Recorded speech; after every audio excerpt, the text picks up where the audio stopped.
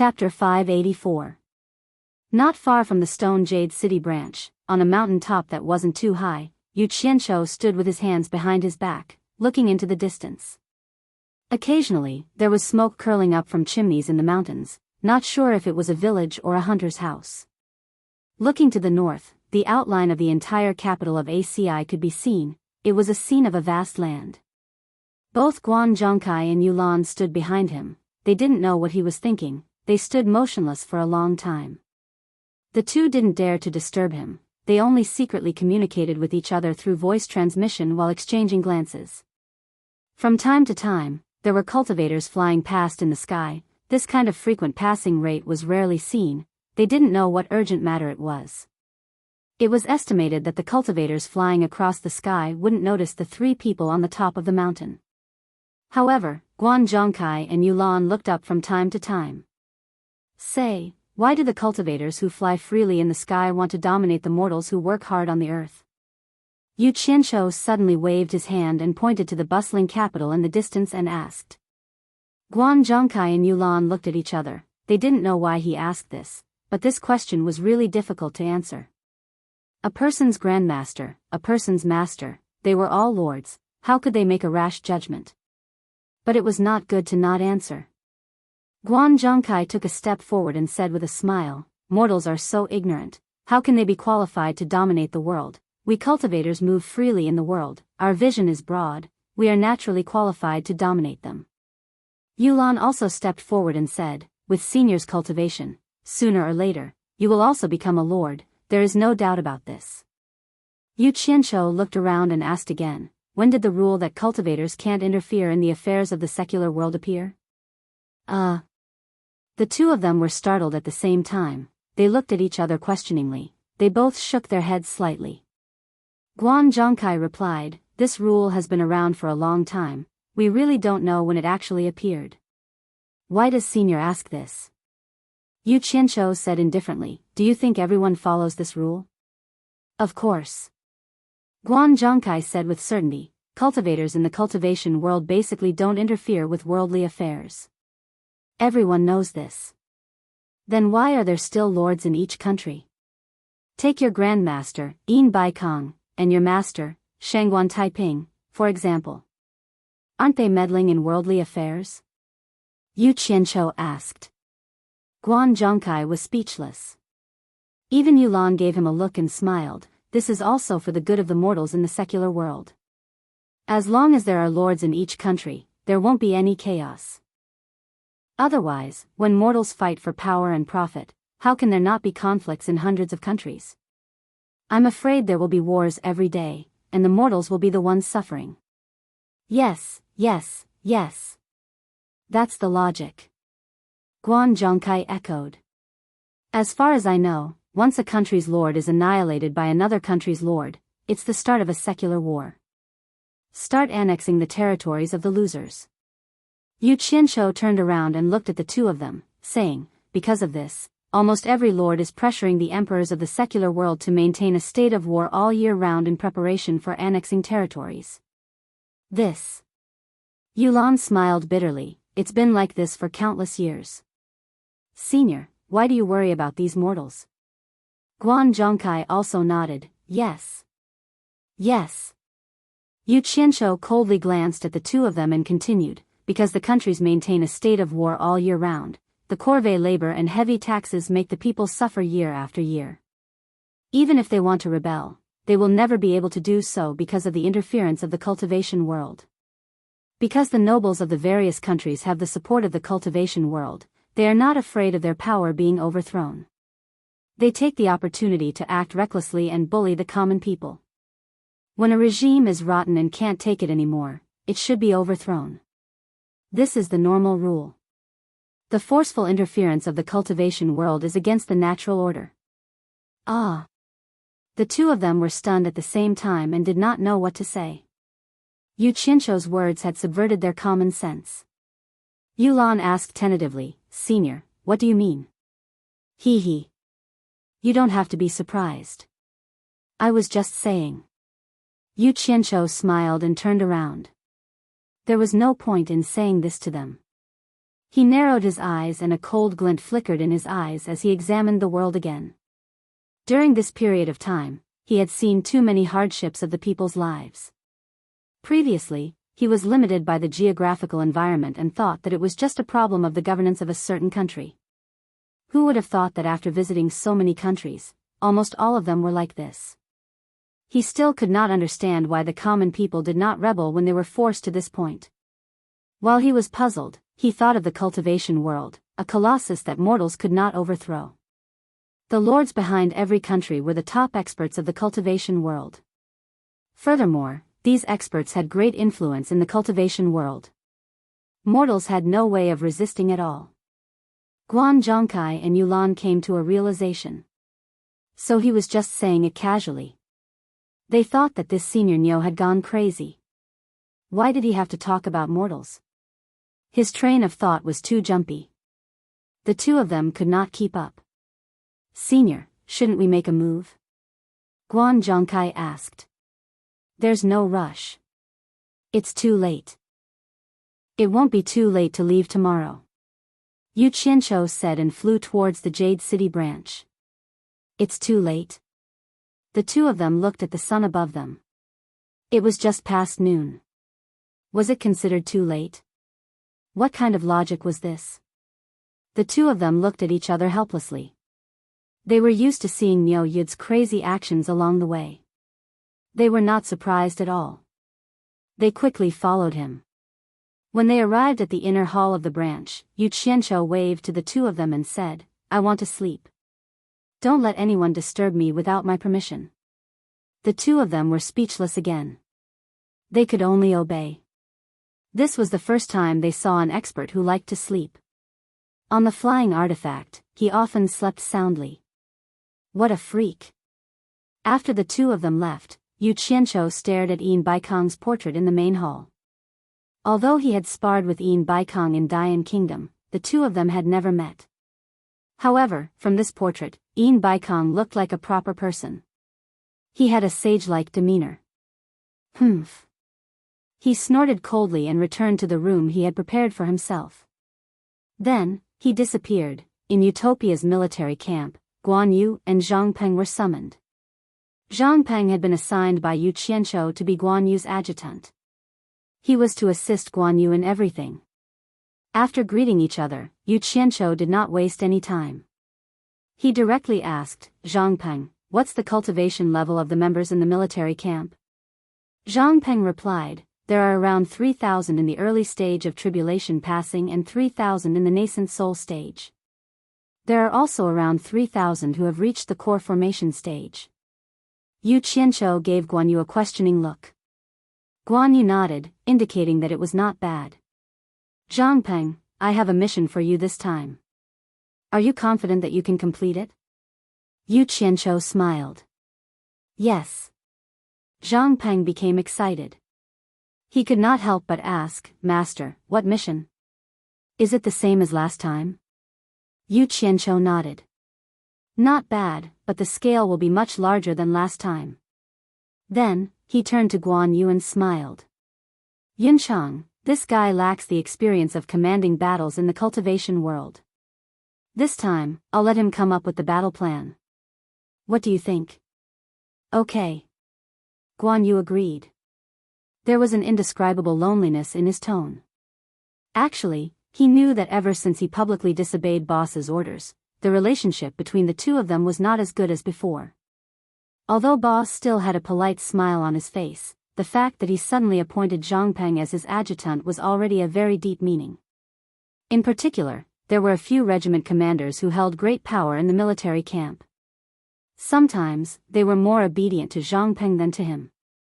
Guan Yu also knew in his heart that these commanders were people that Boss would contact in secret. These regiment commanders' attitudes were ambiguous, but Boss's shadow was actually behind them. Before long, he would have to retreat behind the scenes, and the position of chief instructor would be given to Zhang Peng sooner or later. Because he understood this, he started to give up power to Zhang Peng. Intentionally or unintentionally, he highlighted Zhang Peng's position in the military. There was no need to fight for anything.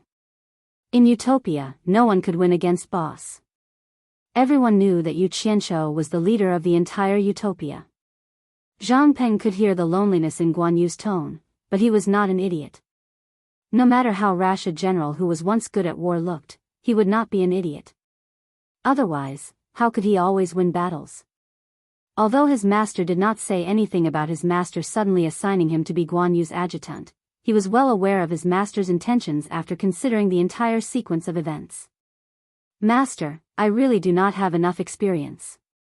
I'm afraid I still need the chief instructor's guidance, Zhang Peng said sincerely and humbly. Guan Yu smiled and said, you can do it. In terms of arranging troops, you are actually better than me. Yu Qianqiu silently looked at Guan Yu and sighed in his heart. It was good that they were both smart people. Otherwise, they would fall out with each other. It was good for everyone from start to finish. Originally, when Guan Yu publicly disobeyed his orders, he wanted to directly replace Guan Yu. There was no room for discussion. It would be terrible if he publicly disobeyed orders on the battlefield.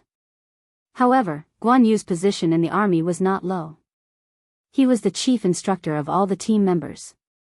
All the team members were trained by him. If he were to directly replace him, the impact would be too great. The morale of the army would be unstable. Furthermore, it would be difficult to find a suitable person to take over. Thus, he threw Zhang Peng over to be the adjutant to learn.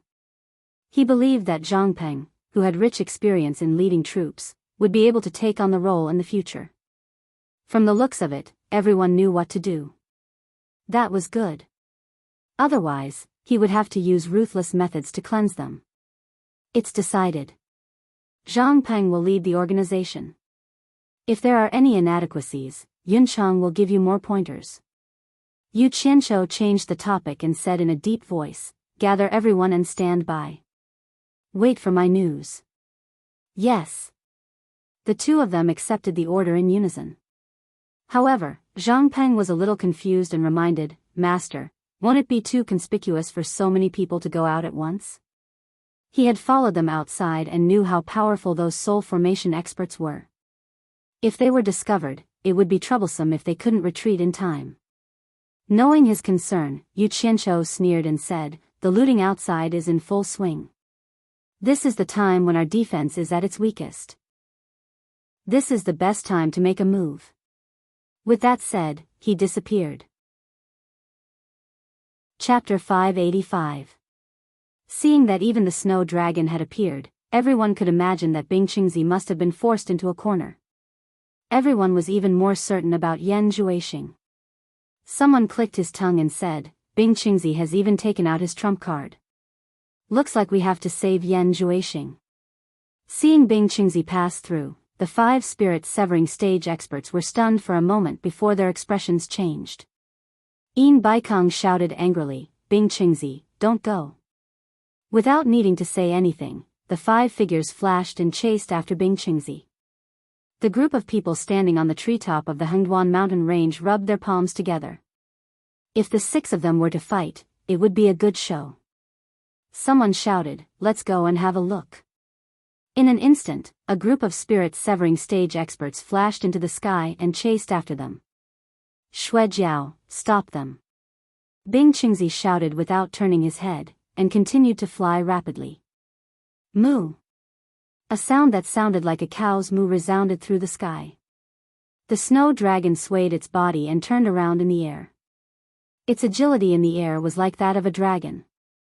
The snow-white shining armor shuttled back and forth in the air so fast that people could not see its figure clearly. It was like a soaring dragon in the sky. In an instant, it hovered in the air and stared at the people chasing after it with its bright red eyes. Its crystal-clear antler-like horns reflected magnificent colors under the sunlight. Moo! The sound reverberated through the sky again. A cloud of white miasma burst out from its horns. In the blink of an eye, it covered the sky and spun rapidly in the air. The snow dragon opened its bloody mouth and stuck out its tongue, blowing out a breath of cold air. The thick white miasma suddenly condensed into ice blades and swept towards the people chasing after it. Others might be afraid of it, but the 5 spirit-severing stage experts were not afraid of it. A transparent protective aura quickly appeared on its body and it did not slow down. No matter how the ice blades slashed on it, it forcibly passed through them. It was very powerful. The snow dragon had received its master's order. It would not give up after failing in one attack. It swung its long tail and fearlessly charged towards the 5 people.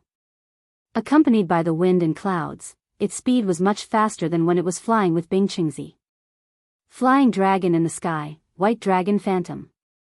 Its momentum was really amazing. The group of people chasing them from afar quickly stopped. He was afraid that this beast would not understand and start fighting with him. It was better to let the 5 experts deal with it first. Insolent beast. Qi Zhoujuan flew at the front and bore the brunt of the attack. With a loud shout, the Junlin Qi suddenly appeared in his hand. A golden light burst out, and he slammed it at the snow dragon.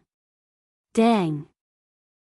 The Junlin Qi and the snow flood dragon's crystal clear horn collided and sent Qi Zhoujuan flying several hundred meters away. However, the snow flood dragon was also slammed down nearly 100 meters, but in the blink of an eye, it flashed back. The other 4 were startled and became serious. They took out their spiritual treasures. Obviously, they didn't expect this beast to be so ferocious. Qi Zhoujuan's Junlin ruler was very powerful and had always been very powerful. Unexpectedly, Qi Zhoujuan seemed to be slightly inferior in terms of strength. As expected of a spiritual beast of heaven and earth. The long white shadow did not stop and directly pounced at the other 4 people. From the looks of it, it still wanted to fight against 4 people. The 4 people were a little annoyed. For late-stage spirit-severing experts could not deal with a spiritual beast. If this news spread out, wouldn't they die of laughter? Beast, you're courting death. 100-blade cut. Pei Fong angrily shouted. The snow flood dragon actually charged at him. It was a little suspicious that he had lost an arm. Otherwise, why would it pick him who was standing in the middle? The blue beauty demon blade in his left hand turned into a phantom. Hundreds of blue blade shadows made xiao sounds and fiercely slashed at the head of the snow flood dragon. The other 3 people were not idle either. Their figures flashed quickly as if they were dragons in the sky. 2 rainbow-like sword shadows pierced the body of the snow flood dragon like lightning, splashing bright sparks in broad daylight. Qi Zhoujuan, who flashed over, held the Junlin Qi with both hands and once again smashed at the head of the snow flood dragon. Bang! A very loud sound was heard. Moo! Another deafening bull's moo resounded. However, this time, there was a miserable sound. That's right. 5 late-stage spirit-severing experts were working together to deal with a snow flood dragon that was only equivalent to a mid-stage spirit-severing expert. It would be strange if it could still get away with it. However, this snow flood dragon's skin was really thick. At the very least, no wounds could be seen from its appearance. Just as the snow flood dragon's body fell down, a phantom chased after it. It was Ouyangda. His deadly claws had already protected his arms and palms. 2 sinister pitch-black claws locked onto the tail of the snow flood dragon with a kacha sound. What are you guys hesitating for? Stop Bing Qingzi! Ouyangda roared. He grabbed the tail of the falling snow flood dragon and quickly spun it. Such a thick and long snow flood dragon was actually spun like a windmill by him. The 4 people were slightly startled. Then, without hesitation, they flashed away and continued to chase after Bing Qingzi. The snow flood dragon, which was tens of meters long and as thick as a water bucket, spun into a big white wheel with a hoo-hoo sound. Ouyangda let out a breath and let out a hi sound. Then, he swung the snow flood dragon and smashed it downwards. A white shadow was thrown into the deep mountains while spinning. Soon after, a pile of trees fell down, followed by a loud peng sound. Ouyangda glanced down and coldly snorted, reckless beast. Then, he quickly chased after the few people in front. This happened in just a few moments, but the group of people behind looked at each other in dismay. They didn't know whether this spiritual beast was dead or not. However, since it was attacked by 5 soul transformation final stage experts, even if it died, it wouldn't die in vain. The group of people flew up into the sky and sized up the motionless white body in the pit. All of them revealed a look of pity. After being beaten up by 5 soul transformation final stage experts, even if it didn't die, it would be crippled. Now, they didn't have time to pay attention to it. Everyone glanced at it and then flashed away. Bing Qingzi also heard the miserable cry of the snow flood dragon. A trace of heartache flashed across his face. However, his expression turned ruthless and he didn't slow down. With the obstruction of the snow flood dragon, it was impossible for the people behind to catch up to him. This allowed him to arrive in advance and save Yan Zhuixing and his disciples, which was very advantageous for him. The battle in front was very intense and they could already see it. Man Hu and the other 3 who were fleeing in the mountain forest heard the mooing sound of a cow. 3 of the 4 people stopped.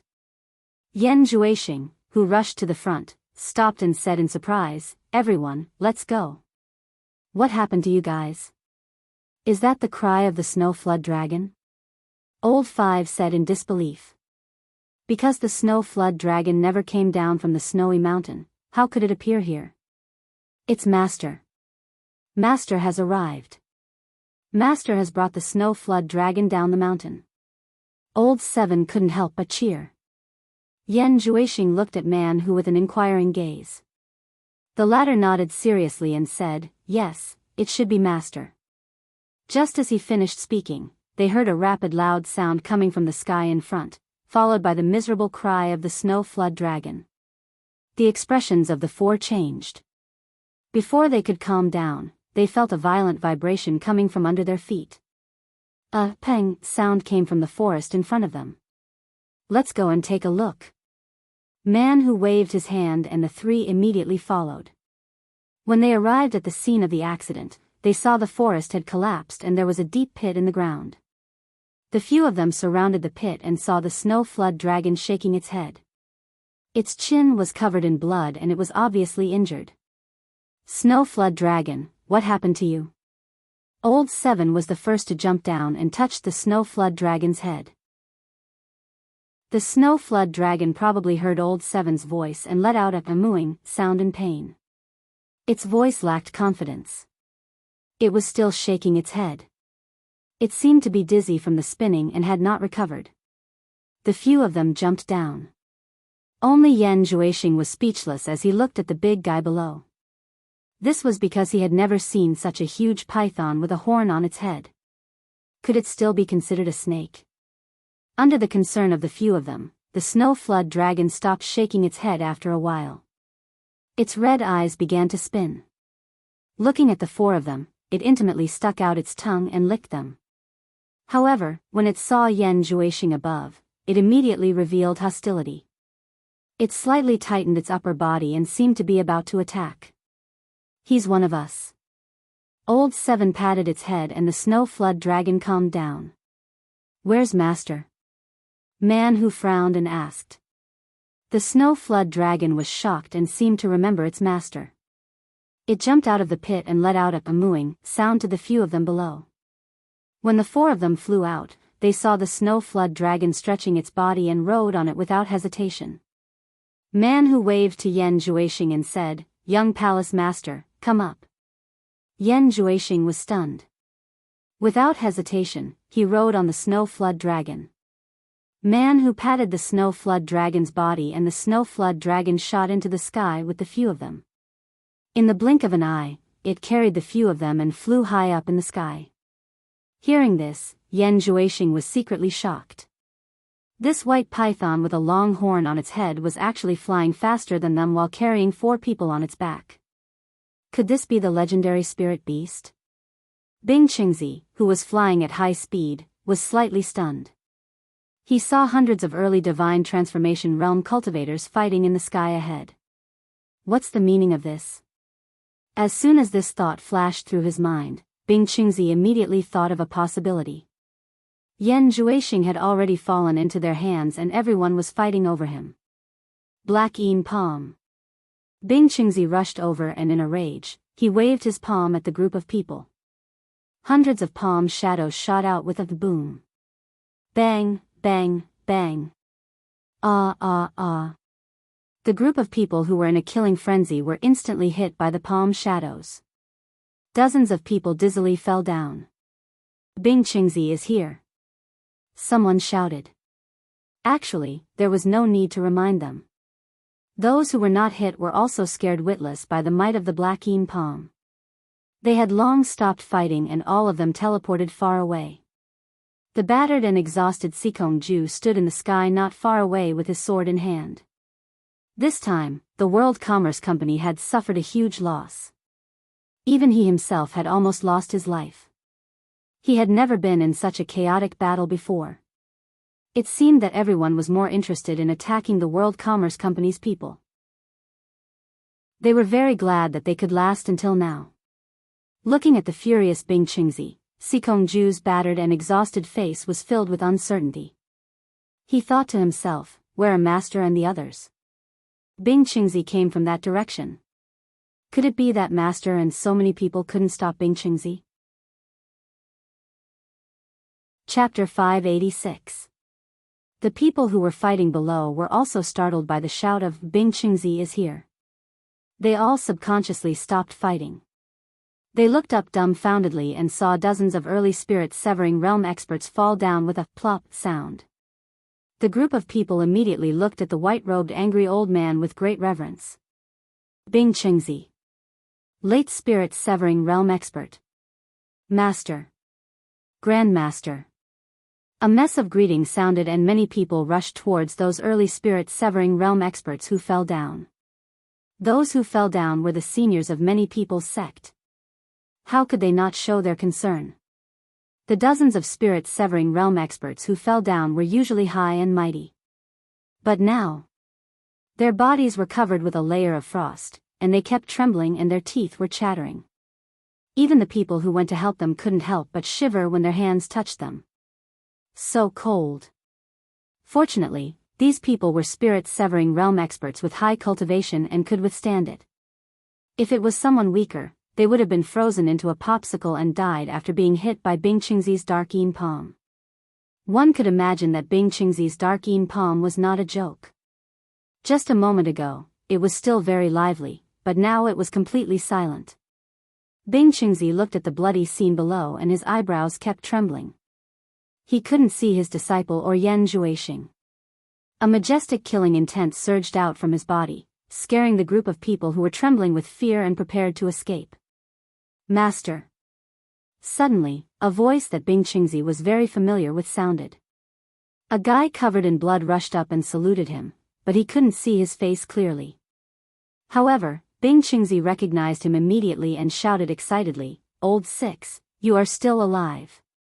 That's right, it was Old Six who couldn't get out after rushing for a long time. Seeing his master suddenly appear, he was a little disbelieving. When he came to his senses, he immediately rushed up to greet his master. He. Disciple is very lucky and won't die. Old Six, whose face was covered in blood, grinned and revealed his white teeth. He was a little happy. Even he didn't expect that he could survive. Now that his master was here, he didn't have to be afraid. Seeing his disciple's tattered clothes and bloodied body, Bing Qingzi nodded his head vigorously. One could imagine how difficult it was for Old Six to survive until now. He had climbed out from a pile of corpses. As if he suddenly thought of something, he glanced around and cried out involuntarily, "Where are your senior brothers and the others?" The sixth brother glanced at the crowd and scratched his head in embarrassment. Just as he was about to speak, he heard someone shouting from afar, "Bing Qingzi, don't run."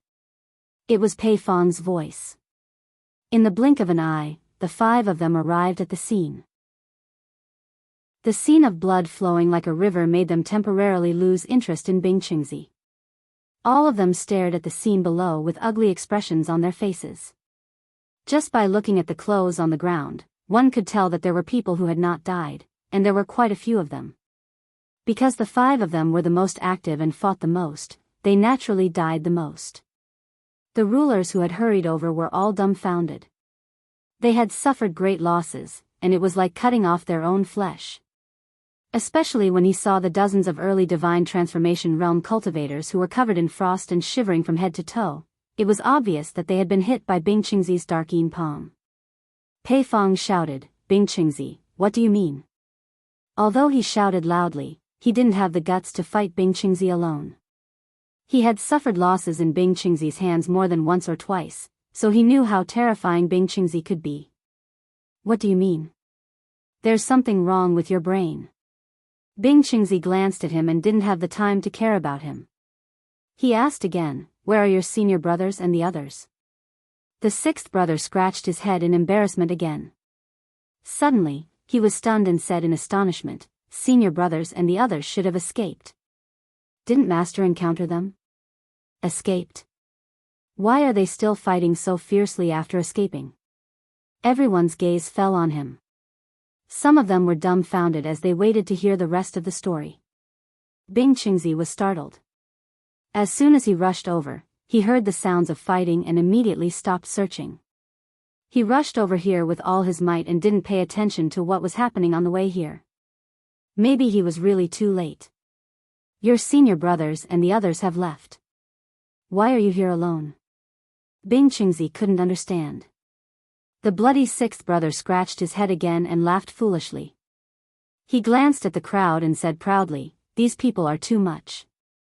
Under such a critical situation, I separated from my senior brothers and the others.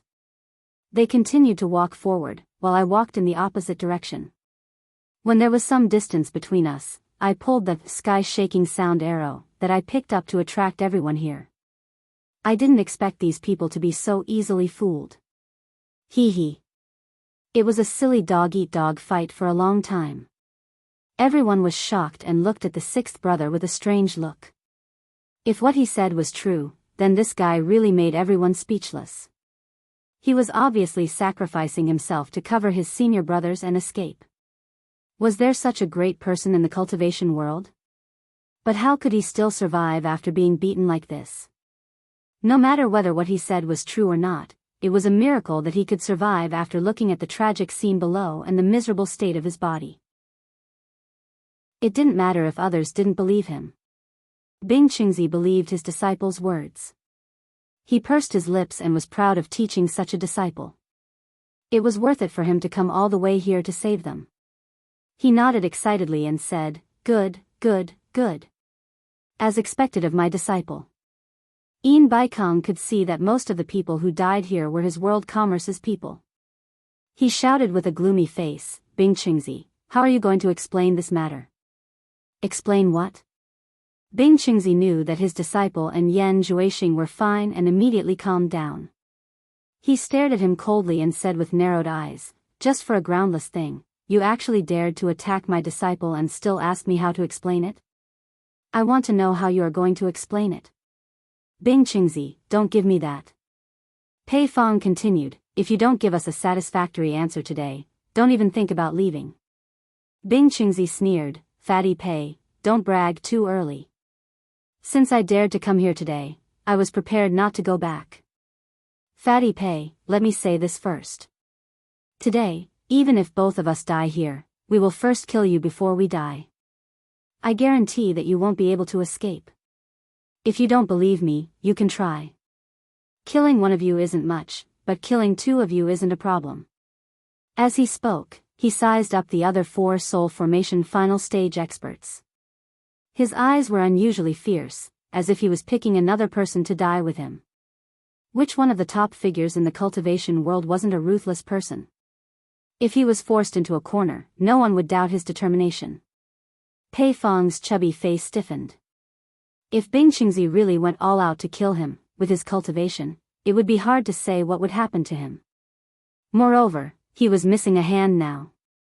The saber in his right hand had become a left-hand saber. He wasn't used to using it.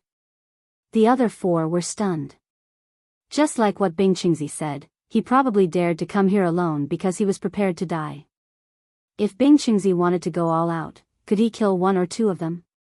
Who could deny this with absolute certainty? The atmosphere immediately became a little strange. Although the master and disciple were surrounded, no one dared to make the first move. Since Yan Zhuixing had already escaped, it wasn't worth it to go all out against Bing Qingzi. The most important thing now was to find Yan Zhuixing. In Utopia, the army was ready for battle.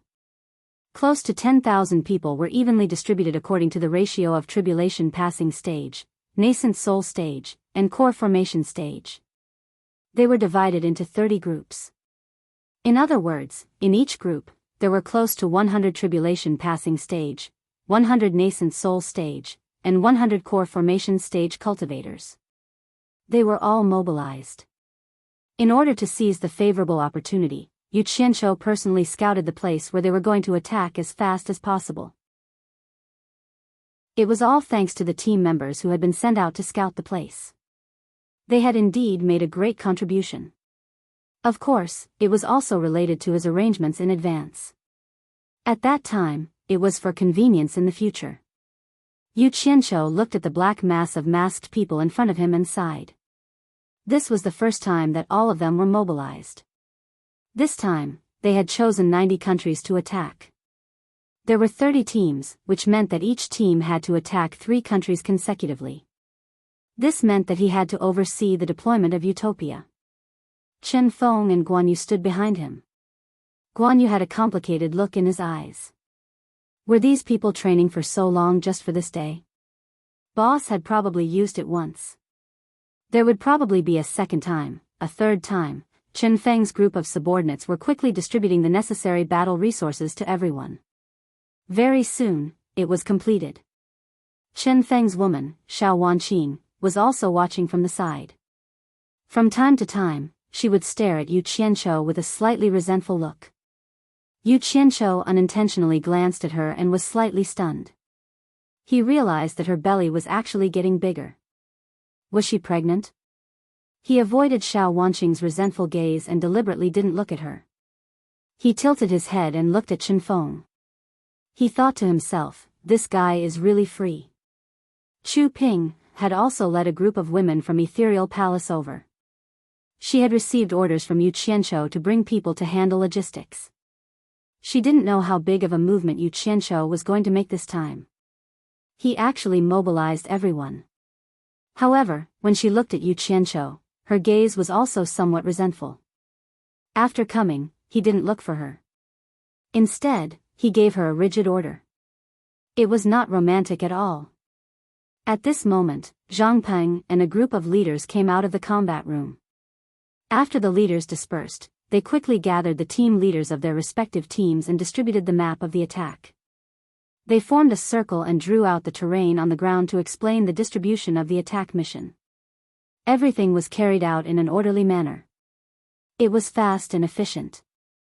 Their years of training finally showed results. After the leaders explained the mission clearly to the team leaders returned to their respective teams to explain the mission. After clarifying the mission as quickly as possible, they quickly reported back to Zhang Peng that their preparations were complete. Then, Zhang Peng ran to the front of the checkpoint and saluted. Reporting to the leader. Everything is ready. We can set off at any time. Yu Qianzhou waved his hand and swept his gaze across the high-spirited team members. Their morale was not bad. He immediately flew above the formation. Chapter 587. He stared at the ground and memorized the sequence of attacks.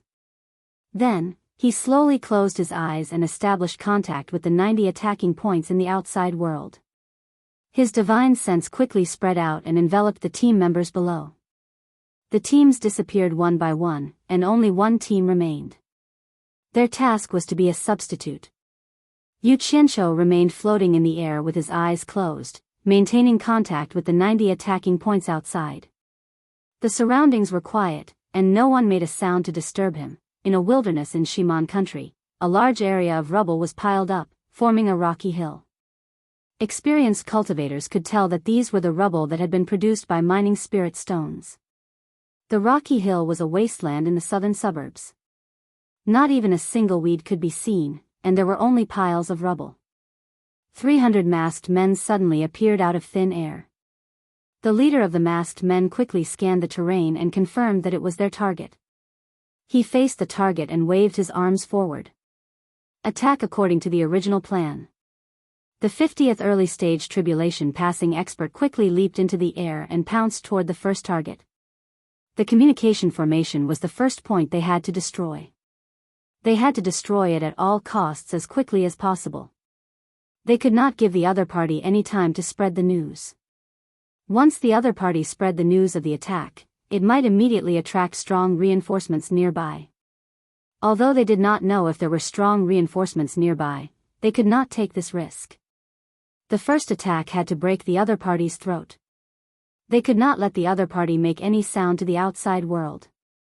Because of this, 50 of the 100 most experienced cultivators at the early stage of the tribulation passing stage were sent out to destroy the enemy's communication point. Enemy attack. A terrified cry came from the high ground. However, it only managed to make one sound before it was dismembered by 3 lightning-fast flying swords. 3 masked men in black landed on the high ground. The leader was the leader of this team. He was also the leader of Utopia's first team and enjoyed a high honor in Utopia. On both sides were the deputy leaders, and all 3 of them were early-stage tribulation-passing cultivators. The 3 of them stood with their backs facing each other and coldly looked at the 200 or so team members who had surrounded the entire Spirit Stone mine in broad daylight. Although the 3 of them were very confident in their combined strength, it could be seen from the position they were standing in that they were constantly on guard. This was the result of a long period of actual combat training. His tactical attainments were extremely high, and he would not allow any accidents to happen because of his arrogance. He had to be careful in every battle and treat it seriously. Although there was only one warning cry, it was enough to alert everyone in the mine. Inside the cave, inside the stone house, a large group of cultivators flashed out. Everyone first looked towards the observation point, but what they saw were 3 majestic masked men. A burly man with a curly beard stood out from the crowd. He was obviously the most important person here. Just as he was about to shout at the 3 masked men, he saw nearly 50 men in black forming a triangular formation and rushing towards a cave. The mustached man's expression changed, and he immediately reacted. These people wanted to destroy the communication array that connected to the outside world. He immediately shouted, "Stop them! Protect the communication array!"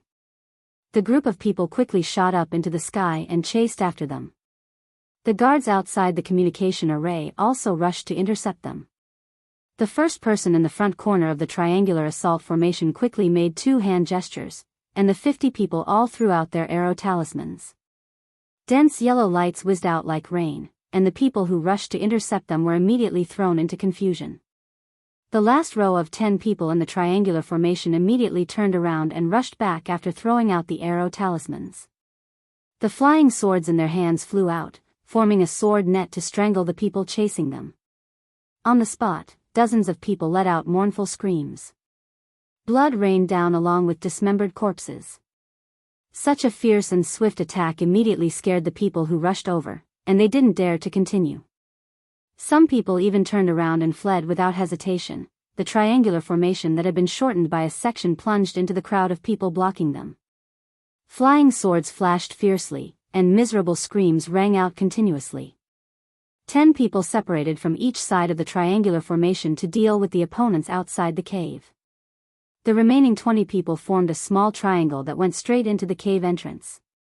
There were 6 core formation stage cultivators guarding the cave entrance. Seeing that the attackers were so powerful, they were already scared silly. They didn't even fight, but they knew that they couldn't stop them. 4 people immediately ran to the sides, and 2 people turned around and ran back into the cave. Unfortunately, the 4 cultivators didn't run away.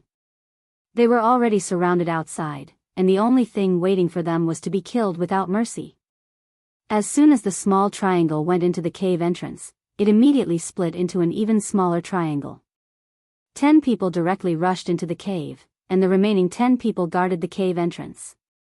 Soon after, 2 screams came from inside the cave, followed by a series of chaotic explosions. Soon after, the 10 people who rushed into the cave came out. The leader of the small team made a gesture of success to the leader on the high ground, indicating that they had successfully destroyed the communication array. This only happened in a few moments. From the moment they launched their attack to the moment they destroyed their target, the small team didn't even stop and directly rushed into the cave. Even the cultivator who was preparing to send a message to the sect was killed before he could activate the communication array. The leader made a gesture to the small team leader, and the small team immediately became the main force of the cleanup. 5 people in a group, they quickly scattered and killed. It was unknown what the 2 vice leaders said to the leader, but the leader made a gesture to shrink the encirclement, and an even more bloody and tragic massacre began. For a moment, screams rang out everywhere, and in this bloody web of over 300 people, no one could escape the final misfortune. The whole battle ended very quickly. In less than an hour, the ground was already covered in pools of blood. The wind was bleak, and the blood was very thick. Many people's bodies were torn to pieces, and those who died in one piece died with their eyes wide open. Their lifeless eyes reflected a group of black-clothed people shuttling back and forth, cleaning up the battlefield. Anything that was worth a bit of money was taken away. The entire team quickly gathered. 2 of them were clearly injured, and it seemed that their injuries weren't clear yet. They were carried back to the team. The 3 people on the high ground also returned to the team at the same time. The leader took one last look at the battlefield. From start to finish, it took less than an hour, and the mission here was successfully completed. He took out a small black flag from his storage bag and casually threw it at a large rock. With a ding, it stabbed into the rock. A gentle breeze blew, and the golden word, hero, fluttered in the wind. The leader raised his hand to touch the silver-coated nameplate on his chest and injected his divine sense. All the team members did the same. Even the 2 injured team members were helped to cover the silver-coated nameplates on their chests. They would return together. They wouldn't leave them behind. In Utopia's military camp, Yu Qianqiu, who was floating in the sky with his eyes closed, frowned slightly. He sensed the fluctuations of divine sense from the outside world. His divine sense surged out and traversed to the outside world. In the blink of an eye, a group of people returned successfully. These people didn't have time to rest. They removed one of the 3 storage bags from their waists and threw it to the side. 2 of the injured team members were carried out of the formation. 2 people immediately flashed over from the reserve formation and joined the battle formation. Then, the team disappeared from everyone's sight once again. They had completed one of the 3 attack points, but there were still 2 more that they hadn't completed their mission. Chu Ping waved her hand, and a group of women quickly flashed over. The 2 injured team members were carried away for treatment, and the storage bags on the ground were also cleaned up. After they left, another group of people returned after the battle. The various countries were mobilizing their manpower to snatch Yan Juexing, but Yu Qianqiu was taking advantage of the country's weakest defense to plunder the spirit stone mines. How could he let go of such a good opportunity? Everyone was afraid of Hero. Usually, there were many experts guarding the spirit stone mines, so it was very difficult to strike. Such an opportunity was hard to come by, so it would be a waste not to do it. If he wanted to do it, he might as well do it this time. It would probably be very difficult to succeed so easily the next time. Actually, Yu Qianqiu really wanted to strike at those places that were more profitable. Although spirit stone mines were places that produced spirit stones, very few people would store a large amount of spirit stones in a spirit stone mine in the wilderness. They would save up a little and send it back. However, it was different for the headquarters or branches of the world commerce. There were a lot of spirit stones circulating every day, so it would be a great harvest to strike a few of them. However, there were many people in such places, and they were all guarded by experts. It would be troublesome if they bumped into the experts who were doing business here. Not to mention the headquarters of the world commerce, even the branches of the world commerce wouldn't dare to act rashly with Yu Qianqiu's current strength, let alone the headquarters of the world commerce. With Bing Qingzi, who was currently the 3rd most powerful person in the world, it would be a lie if the other 5 people didn't care once he made a move. It wouldn't be worth it to fight Bing Qingzi with all his might without even seeing Yan Juexing. Yan Juexing shouldn't have escaped far.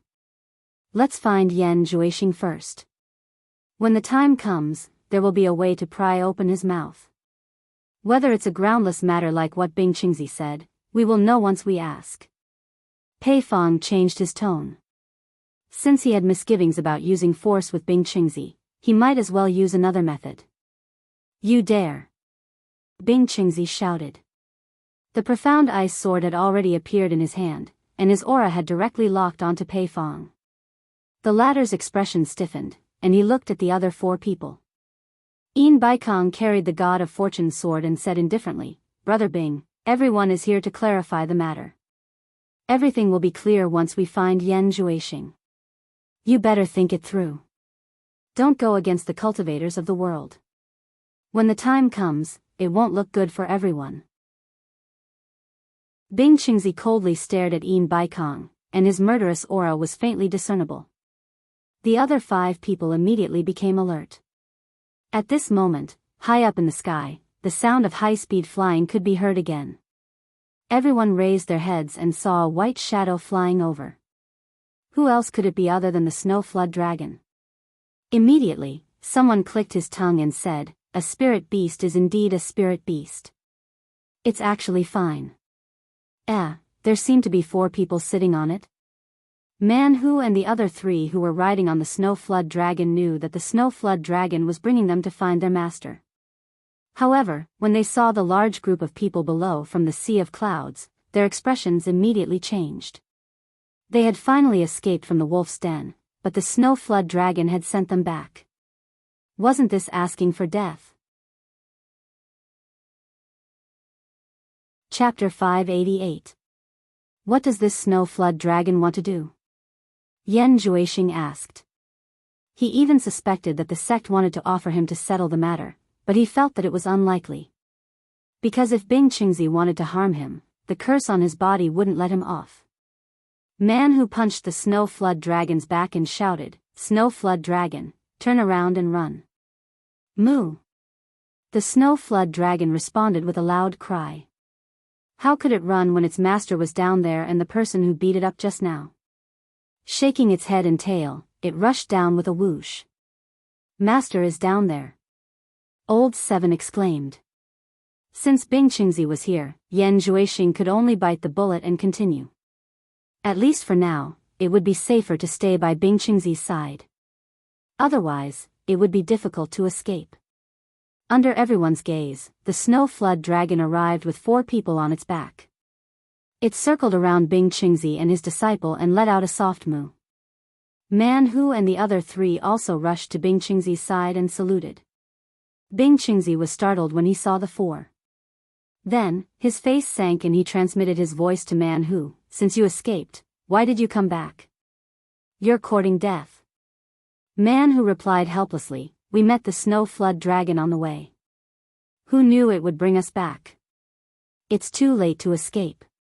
The snow flood dragon stared at the 5 with its red eyes and tensed its body, ready to attack at any time. It remembered clearly that it was these 5 people who beat it up just now. Suddenly, it heard its master snorting unhappily. It turned its huge head and saw its master staring at it coldly. After living together for so many years, it knew clearly that its master was going to teach it a lesson. It shrunk back in fear, not knowing what it did to make its master unhappy. It weakly let out a moo. Bing Qingzi saw its snow-white head and lower jaw dripping with blood. Obviously, it was injured before. His heart softened and he turned his head away. Eldest senior brother. The bloodied 6th brother called out. Man Hu and the others looked over and immediately revealed an expression of disbelief.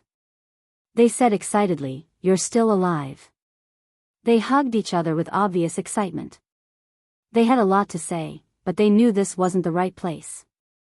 You can wear out iron shoes in fruitless searching, only to find it by chance. Pei Fong sneered as he stared at Yan Juexing. Many people here had never seen Yan Juexing before, but almost all of the soul formation experts present knew him. Because they had met at Wen Lanfeng's place. Now, it was as if a monster had seen Xuanzang. All of them had a greedy look on their faces. Aya. Yin Baikong put on a fake smile and said, I should have guessed it long ago. When Brother Bing's disciple was still in the Chinese cultivation world, he was always protecting Yan Juexing. Naturally, there must be a reason. It turns out that he was hiding a big secret. Hu Changshou, who had been silent all this while, also said, I didn't expect Brother Bing to be so scheming. Bing Qingzi had completely calmed down. If his disciples and Yan Juexing had escaped, he would have fought to the death. But now, he couldn't afford to be impulsive. Don't be so weird here, you two. Others might not know, but don't you know? Do I look like an ambitious person? If I was ambitious, would I have waited until now? Bing Qingzi pointed at Yan Juexing and said, to be honest, this is my 8th disciple. I wanted to wait until he reached the Great Snow Mountain before officially announcing it to the public. I didn't expect everyone to be so impatient. When Yan Juexing was in the sacred ground of Baiwan Nation, he wanted to worship him as his master out of respect. But Bing Qingzi refused to be his master no matter what. Now that things had come to this, he could only use this reason. Yan Juexing glanced at Bing Qingzi without any expression. Yin Baikong and Hu Changshou looked at each other. From their expressions, it was obvious that they didn't believe Bing Qingzi's words. The former sneered and said, traveling thousands of miles, bringing a spirit beast down the mountain, and even falling out with us. 8th disciple? Brother Bing, don't you think this is too far-fetched? Bing Qingzi immediately replied sarcastically, those who are familiar with me know that I always treat all the disciples I accept as my own, regardless of whether they are close or distant. As for how you view your own disciples, I don't know. But don't put the same idea on me. Yin Baikong's face stiffened. It was indeed a failure to say such words in front of the disciples of the World Commerce Chamber. Everyone looked at the bloody old 6th and seemed to have realized something. Sacrificing himself to save others was probably related to the friendship between the master and the disciple. But understanding was understanding, no one would believe Bing Qingzi's words. Pei Fong stared at Yan Juexing and shouted, Brat, if you don't have a guilty conscience, why did you escape? Yan Juexing said indifferently, I'm not a fool. I naturally know the terrifying consequences of this rumor. Do I have to be captured by you guys before explaining? If I really have a guilty conscience, would have escaped earlier. Why would I return? There was no other reason. He just wanted to make this matter clear in front of the world so that there wouldn't be endless torment. The rumor about me possessing an extraordinary martial art is purely Niu Yu trying to harm me. As soon as he said this, he hit the crux of the problem. Bing Qingzi immediately gave him a praising look. Everyone else was stunned. That's right. If there really was something shameful, why would he come back to die if he had already escaped? They naturally didn't know that Yan Juexing and the rest were brought back by the snow flood dragon. Everyone subconsciously looked at the bloody scene before them and their expressions twitched. If it really was a rumor spread by Niu Yu, then this loss was not worth it. But no one would believe him just because of one sentence. Pei Fong's fat face shook as he sneered, that's hard to say. Maybe you knew that sooner or later you wouldn't be able to escape from our palms. You can escape today, but not tomorrow. So you purposely did the opposite and spread lies to mislead everyone. Hee hee. You've got guts. Do you really think we're so easy to fool? For Bing Qingzi's sake, as long as you tell us your extraordinary martial art, we can consider letting you go. That's right. The top experts looked at each other and echoed. Fatty Pei, I think you're really tired of living. How dare you threaten my disciple in front of me? Bing Qingzi shouted. He knew that in this kind of situation, he couldn't show any signs of weakness. Otherwise, everyone wouldn't mind joining forces to beat him down. Only by being strong would everyone have some misgivings. Man Hu and his fellow disciples also revealed a look of not hesitating to fight to the death. All of them held their weapons and cheered for their master. This scene made everyone secretly sigh. This was indeed a sect that was as close as a father and son. If it was their own disciple, he would have shown fear under the pressure of so many experts. How would he dare to risk his life against a spirit-severing expert? Master, please calm down. Yan Juexing bowed to Bing Qingzi and said, the more I argue, the clearer it becomes. Master, please allow disciple to argue. Bing Qingzi snorted and agreed. Thank you, Master. Yan Juexing turned to Pei Fong and said, May I ask Senior a question? Speak. Pei Fong sneered, let's see what tricks you can come up with. Yan Juexing said calmly, from Senior's words, you seem to think that Junior has a peerless martial art. Do you think that my master already knew about this? Kid, it's not that I think so, but everyone thinks so. Pei Fong waved his broken hand and pointed to the surroundings. It's human nature. It's understandable. Yan Juexing nodded and said, May I ask Senior, if my master already knew that I had a peerless martial art and the ambition to conquer the world, would he let me live until now? Would he have allowed me to live until now? Wouldn't he have taken me to Snowy Mountain when everyone didn't know and forced me to use the peerless martial art to cultivate? Wouldn't that be safer? Wouldn't he have waited until Niuyud misled the crowd and made everyone come here to kill each other? Then he would come to save me at all costs? Don't you think it's suspicious? This series of questions was thought-provoking. Especially the phrase, kill each other. It made everyone's hair stand on end when they saw the bloody scene. What was Niuyud trying to do? Was he trying to incite everyone to kill each other? Everyone couldn't help but ask themselves. Yes. If Bing Qingzi knew that Yan Juexing had a peerless martial art, he would have already made his move on Yan Juexing. Why would he wait for everyone to fight for it? The group of people judged Bing Qingzi's heart with their own selfish hearts and felt that it was impossible. They looked at each other in dismay. Even Pei Fong was speechless. All of you are possessed. Bing Qingzi snorted coldly, but he looked at Yan Juexing with more and more admiration. He was indeed the inheritor of the demonic book. His ability to deal with emergencies was incomparable to ordinary people. Yan Juexing looked around and cupped his hands at everyone. He continued to strike while the iron was hot. Does everyone know who that Niuyud is? Does everyone know where that Niuyud came from? I'm afraid no one knows, right? I've even heard that Niuyud cheated every one of your spiritual stones. I just can't figure it out. Everyone believes in the words of a big liar that everyone knows. This junior doesn't know what to say. Is it really that trustworthy? This guy was quite eloquent. If Yu Qianqiu heard him, he would probably jump out and argue with him to see who was better and who was better. Everyone seemed to have woken up from a dream, but none of them looked good. Thinking about how they were cheated by Niuyud once, it was already a huge joke. If they were cheated by him again, how could they endure it? Many people had already cast their gazes at Shangguan Taiping. If it wasn't for him, how could this happen? Shangguan Taiping felt guilty from everyone's gazes. He had an awkward expression as he realized how hard it was to be a good person. Yin Baikong looked below with resentment. His world commerce had suffered the greatest loss. He then looked around and realized that there was still an endless stream of world commerce disciples rushing over. His face turned black as he slowly turned his head to look at the battered Sikongju. Sikongju's heart thumped and he tasted bitterness in his mouth. This news was from his own disciple, and he had confidently told his master. If he was cheated again and caused such a huge loss, how could he raise his head in world commerce in the future? Suddenly, an idea flashed in his mind. Sikongju teleported in front of Yin Baikong and said with a bow, Master, one's words cannot be trusted. Niuyud will be arriving at the headquarters in a few days. If this Yan Juexing is really magnanimous, why not let him follow us back to the headquarters? At that time, he will confront Niuyud and we will naturally be able to determine the truth. Chapter 589.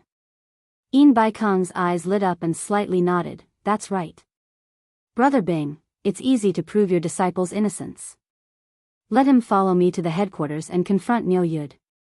At that time, everything will be clear. If it really has nothing to do with Yan Juexing, I promise to send him safely back to Snowy Mountain. At the same time, he looked at Sikongju with a gentle gaze. This method was simply the best for him. Once Yan Juexing meets with Niuyud, whether it's true or not, his world commerce wouldn't be able to escape. If Nyoyud could prove that Yan Juexing indeed had a peerless martial art, then everyone wouldn't need to fight over him anymore.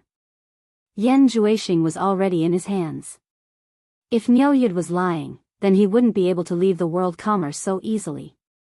One must know that the headquarters of the world commerce was filled with experts. With Yin Baikong personally overseeing it, 2 spirit-severing disciples, and a bunch of late-stage crossing tribulation experts, not many people in the cultivation world could come and go as they pleased. Yan Juexing didn't know what to say. There was no reason to refuse. He couldn't help but look at Bing Qingzi. Bing Qingzi naturally couldn't let Yin Baikong take Yan Juexing away. Although he repeatedly denied the fact that Yan Juexing had a peerless martial art, he was well aware that what Nyoyud said was true. Just think about it, Nyoyud was actually able to see through Yan Juexing's background with a single glance. With such ability, Yan Juexing would probably have nowhere to hide in front of him, and he wouldn't be able to hide it even if he wanted to. At that time, he would probably not be able to return. Everyone's gazes also looked at Bing Qingzi to see what he would say. To prove Yan Juexing's innocence, Sikongju's method was the best. If he didn't agree, then he definitely had a guilty conscience. Hee. Then don't blame everyone for being impolite and snatching what should be snatched. Yin Baikong, I don't deny that your method isn't good. Bing Qingzi said in a deep voice, but if I let you take my disciple away in front of me today, then where would I put my face in the future? If I can't even protect my own disciple, then as his master, I won't be able to show my face in the future. Hearing this, many people exchanged glances. Sure enough, he still had a guilty conscience. All of them stared at Yan Juexing with interest, eager to make a move. Hee. Yin Baikong smirked and said, Brother Bing, this won't do, that won't do. Do you have any way to prove Yan Juexing's innocence? Now that things have come to this, I'm sure you're also aware that this matter has to be resolved.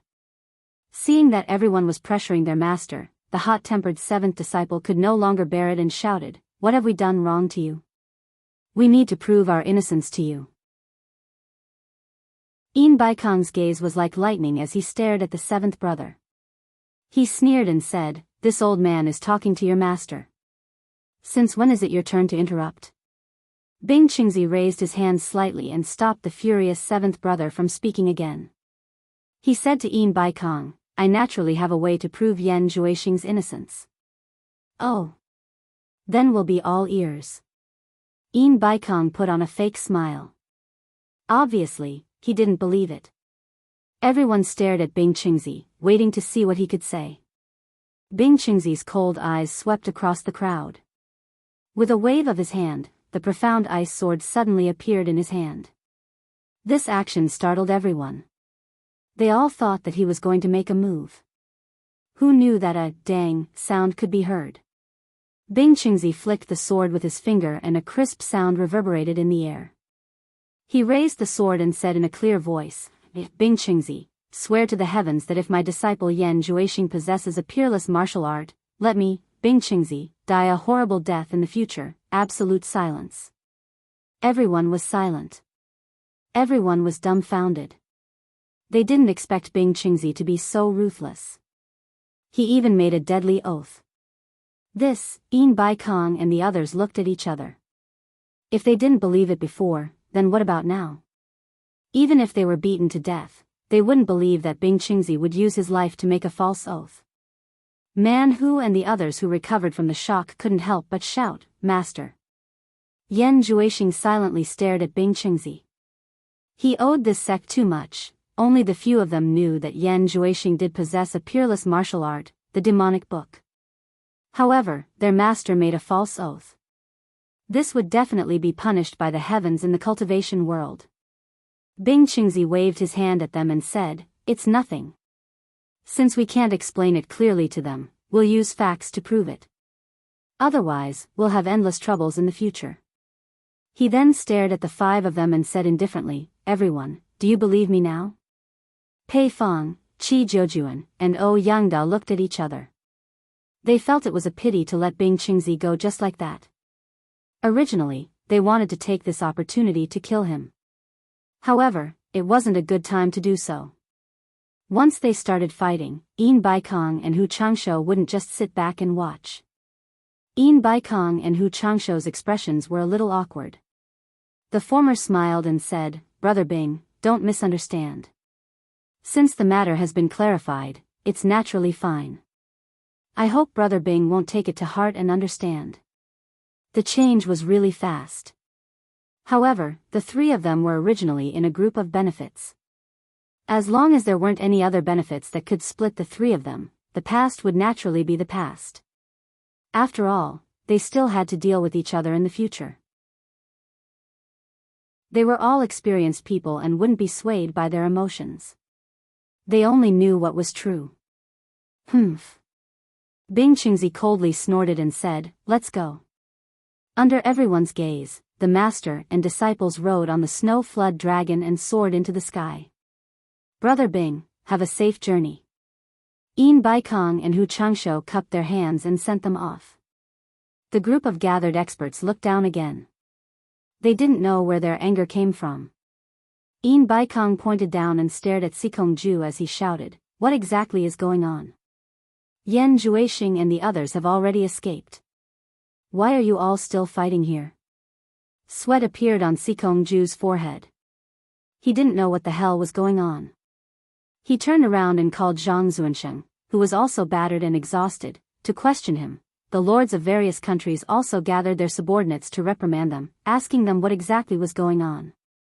In the end, after a long discussion, one of them said that he saw someone fighting and went to help, while the other said that he saw someone fighting and went to help. They didn't know what they were fighting for. Only in the end did they understand. The main culprit was Bing Qingzi's disciple. Because he released the sky-shaking arrow to lure the enemies, a group of people swarmed over and messed up the plan. This made the lords of various countries unbearably angry. This matter definitely couldn't be blamed on Bing Qingzi's disciple. He didn't do anything to provoke him. If they wanted to blame someone, they could only blame themselves for being blind. As a result, they all started scolding him. The lords of various countries had a bellyful of anger. Before they even returned to their own territories, some of them were already furious. Hero had looted 90 spirit stone mines in half a day. At the same time, he had committed crimes in 90 different countries. Every country was shocked. Hero had obviously taken advantage of the time when the country's defenses were at their weakest. However, Hero didn't go too far this time. He only killed people and didn't blow up the mines. However, the number of cultivators killed in 90 mines added up to a terrifying number. Although most of them were low-level cultivators, there were more than 20,000 cultivators. On average, there were 200 to 300 people killed in each mine. Not a single one survived. This was a shocking massacre. He had killed more than 20,000 cultivators. The entire cultivation world was a little dumbfounded. This hero was too ruthless. How could he do it with so many people? As a result, they all condemned Hero. What made all the countries palpitate was that 90 different locations were attacked at the same time. How many people did he use? When did such a huge force hide in the cultivation world, and no one knew about it? The unknown was the scariest, and the unknown intentions were the scariest. For a moment, all the countries felt insecure. When talking about Hero, their expressions changed. They all mobilized people to protect the important locations, afraid that Hero would come to them again.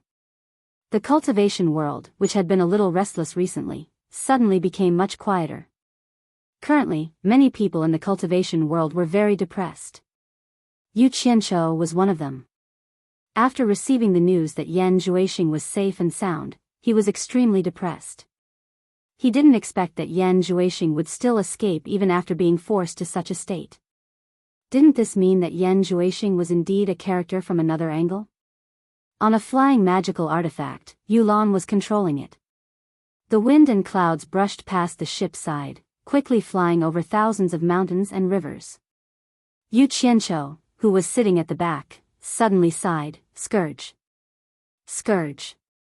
He felt that the harder it was to kill Yan Juexing, the more powerful he was. If he was left alive, he would definitely be a scourge in the future. He didn't know what logic was behind this. Senior, who are you calling scourge? Guan Zhongkai asked expressionlessly. After knowing that Yan Zhuixing was fine, he was also in a bad mood.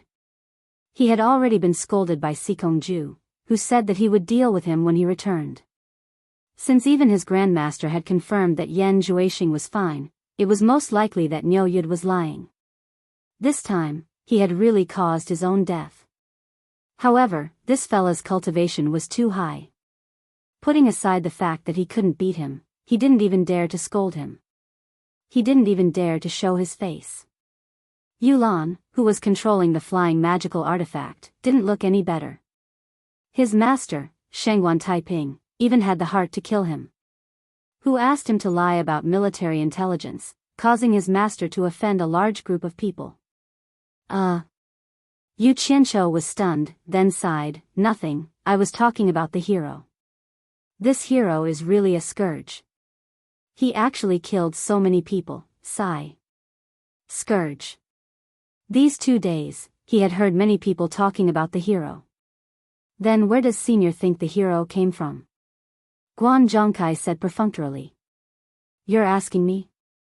Yu Qianqiu pointed at his nose, then suddenly chuckled, if you ask me. Other than your World Commerce Association, I really can't think of anyone else with this ability. Think about it. The hero obviously took advantage of the moment when the country's defenses were at their weakest. Such a large-scale attack, it was obvious that they were prepared.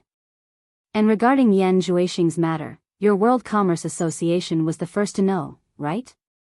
You also had the best chance to set it up in advance, right? Plus, World Commerce Association has so many people and that kind of ability. So, this so-called hero is actually most likely your World Chamber of Commerce. Chapter 590. Senior's joke is too big. Guan Zhongkai's tone was not very confident and his eyes were slightly dazed.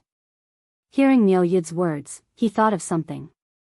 As the third-generation head disciple of the World Commerce Association, he knew that the World Commerce Association was not as simple as it looked on the surface. Even though he was not deeply involved in some things, he still felt that something was wrong. Grandmaster Yin Baikong, other than having many wives and children, he also had many disciples. Who in the cultivation world didn't know that Grandmaster was very good at teaching disciples? He had taught 2 soul formation disciples and there were at least 100 tribulation passing experts. He didn't even know how many martial uncles he had. This was also one of the main reasons why the World Commerce Association was so powerful in the cultivation world. In the eyes of outsiders, these martial uncles were the backbone of the World Commerce Association's headquarters. They were always stationed in the treasure bowl and Grandmaster Yin Baikong rarely used them. But he unintentionally discovered that these martial uncles seemed to be doing something in the dark. There was once when he went to ask his master but was reprimanded by his master, telling him not to worry so much and to do his own thing. Guan Zhongkai had always had doubts in his heart, but hearing Niu Yud's words, he was suddenly enlightened. At the same time, he was secretly shocked. Could it be that hero was really a force of the World Commerce Association? Yu Qianqiu's eyelids twitched when he saw his appearance. He glanced at Yulan Do, who seemed to be listening attentively, and his lips curled into a smile. Then he poked his head out and said patiently, I'm right. Did you remember something? Ah. Guan Zhongkai came back to his senses and repeatedly denied, Senior, you can't say such things. Our World Commerce Association is definitely not a hero. Think about it. Our World Commerce Association is also one of the victims this time. A spirit stone mine was also bathed in blood by Hero. Hee. You can fool others but you can't fool me. Yu Qianqiu winked and smiled evilly. The reason why Hero looted World Commerce Association's spirit stone mine was to help World Commerce clear of suspicion. Otherwise, others would always suffer and only your World Commerce Association would be fine. Plus, only World Commerce Association has the ability to do such a big thing. It would be strange if outsiders didn't suspect you. That's why. Your World Chamber of Commerce is very smart and ruthless. In order to deceive people, they killed their own people to divert everyone's suspicion. The more Yu Qianqiu spoke, the more reasonable it became. Even the fake became the truth in his words. This gave Guan Zhongkai a fright. In particular, when he subconsciously turned his head to look at Yu Landu in front of him, he saw that Niu Yud was listening attentively to their conversation. This caused Guan Zhongkai to groan incessantly. He wanted nothing more than to stuff Niu Yud's mouth with something. He could only blame himself for having nothing better to do. Of all the things he could have asked, he had to ask this question. If word of this got out, the World Commerce Association would immediately become the target of public criticism. At that time, Master would definitely skin him alive. Absolutely impossible. Senior might not know this, but back then, the first person Hero kidnapped was my Grandmaster's grandson. This matter was known by the entire cultivation world. This robbery of the Spirit Stone Mine is the second time they have targeted our world commerce. If our world commerce is a hero, we can't always target ourselves. Guan Zhongkai couldn't wait to clear his name. Since the journey is boring, Lousy will play with you. Yu Qianqiu sneered and lazily leaned on the back of the boat, saying, "Don't argue, some things can't withstand scrutiny. Let me ask you, why did Hero kidnap someone from your World Commerce Association the first time he appeared and not someone else? Did they want to show that they had nothing to do with World Commerce Association the moment they appeared? Also, why did the hero only harm others once, but only your World Commerce Company twice?" Little did they know, the more someone tries to clear their name, the more suspicious that person is. This. Guan Zhongkai's forehead was covered in sweat from his words. He looked at Yu Landu in front of him from time to time and said with a bitter smile, "Senior, Hero really has nothing to do with our World Commerce Association." I said, "Don't argue with me." Yu Qianqiu crossed his legs and said, "If you continue to argue, do you believe that I can even deduce the reason and motive behind your actions?" Guan Zhongkai was truly speechless. If he didn't continue to argue, did he have to admit the truth? After thinking about it, he decided not to say it.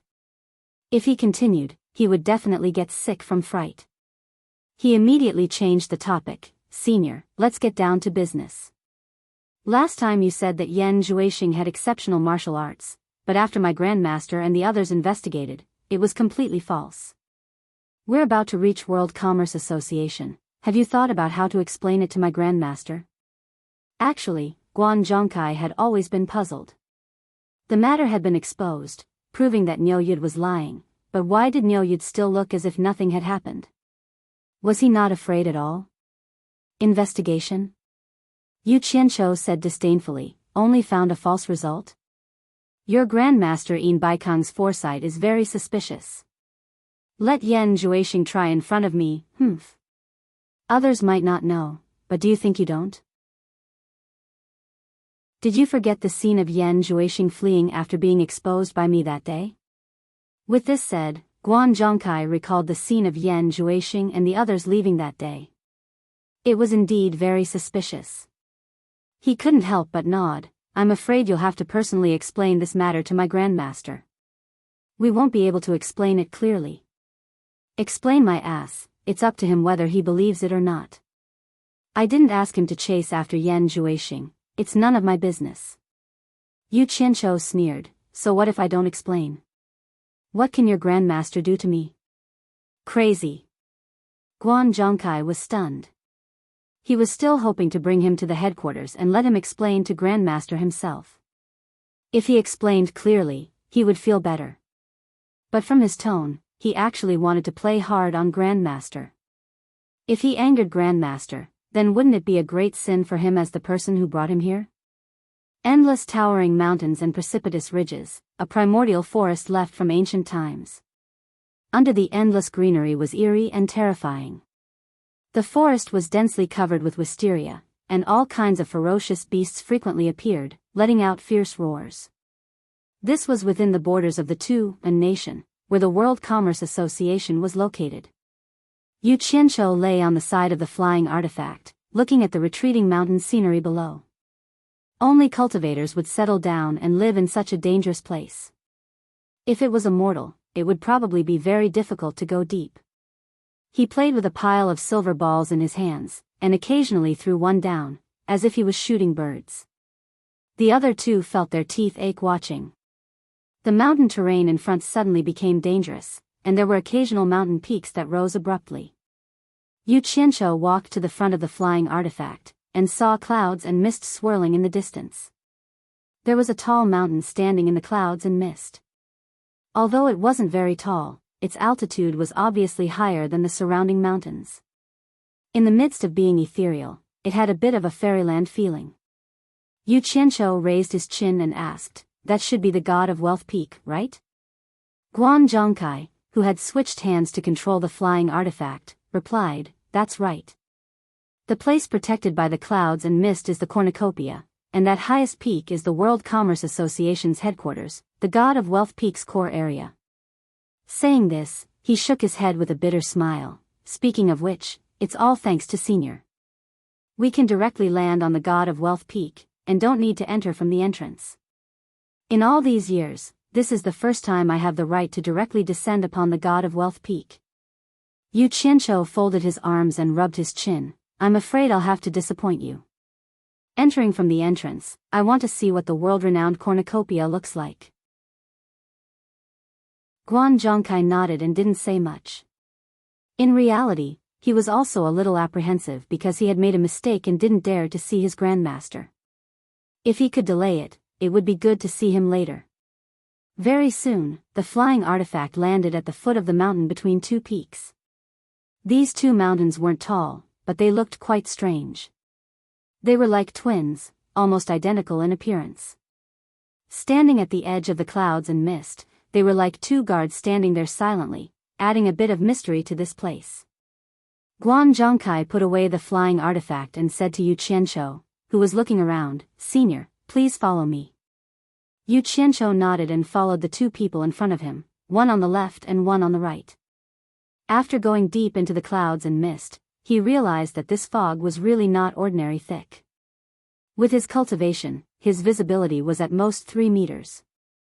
After walking between the two mountains, he realized that there was actually a cliff in front of him. A chain bridge extended from the clouds and mist to the side of the cliff. Judging from the direction of the thick main chain that was pulling the suspension bridge, the fixed place should be between the two mountains. Walking on the bridge, Yu Qianqiu didn't understand. What's the meaning of this? Can't we just fly over directly? Why do we need to make a suspension bridge? Guan Zhongkai walked as he turned back and explained, "Senior, you may not know this, but because this is where our sect's headquarters is located, the security here is very tight. This cloud and mist isn't an ordinary defensive formation, it's an extremely powerful killing formation. The only way for outsiders to enter and exit this place is this suspension bridge. When crossing this bridge, if anyone leaves the vicinity of this bridge, they will immediately be sucked into this killing formation. Of course, people with the sect's permission will open other paths to enter and exit." Yu Landu also turned back and said, "Also, this path can be sealed at any time." Yu Qianqiu clicked his tongue and said, "This defense is indeed quite tight. It's very hard for people who want to go in and cause trouble to break in. It's even harder for people who want to come out after causing trouble to escape. That's natural. The World Commerce Association has always done its best to provide the safest trading ground for cultivators in the world." Guan Zhongkai said rather proudly. The three of them walked for nearly 200 meters before reaching the end of this bridge. In front of them was a cave. On both sides of the cave, there were two large tiger heads peeking out. They were very lifelike and looked like they were made of black iron. The two main chains of the suspension bridge were spat out from the tiger's mouth.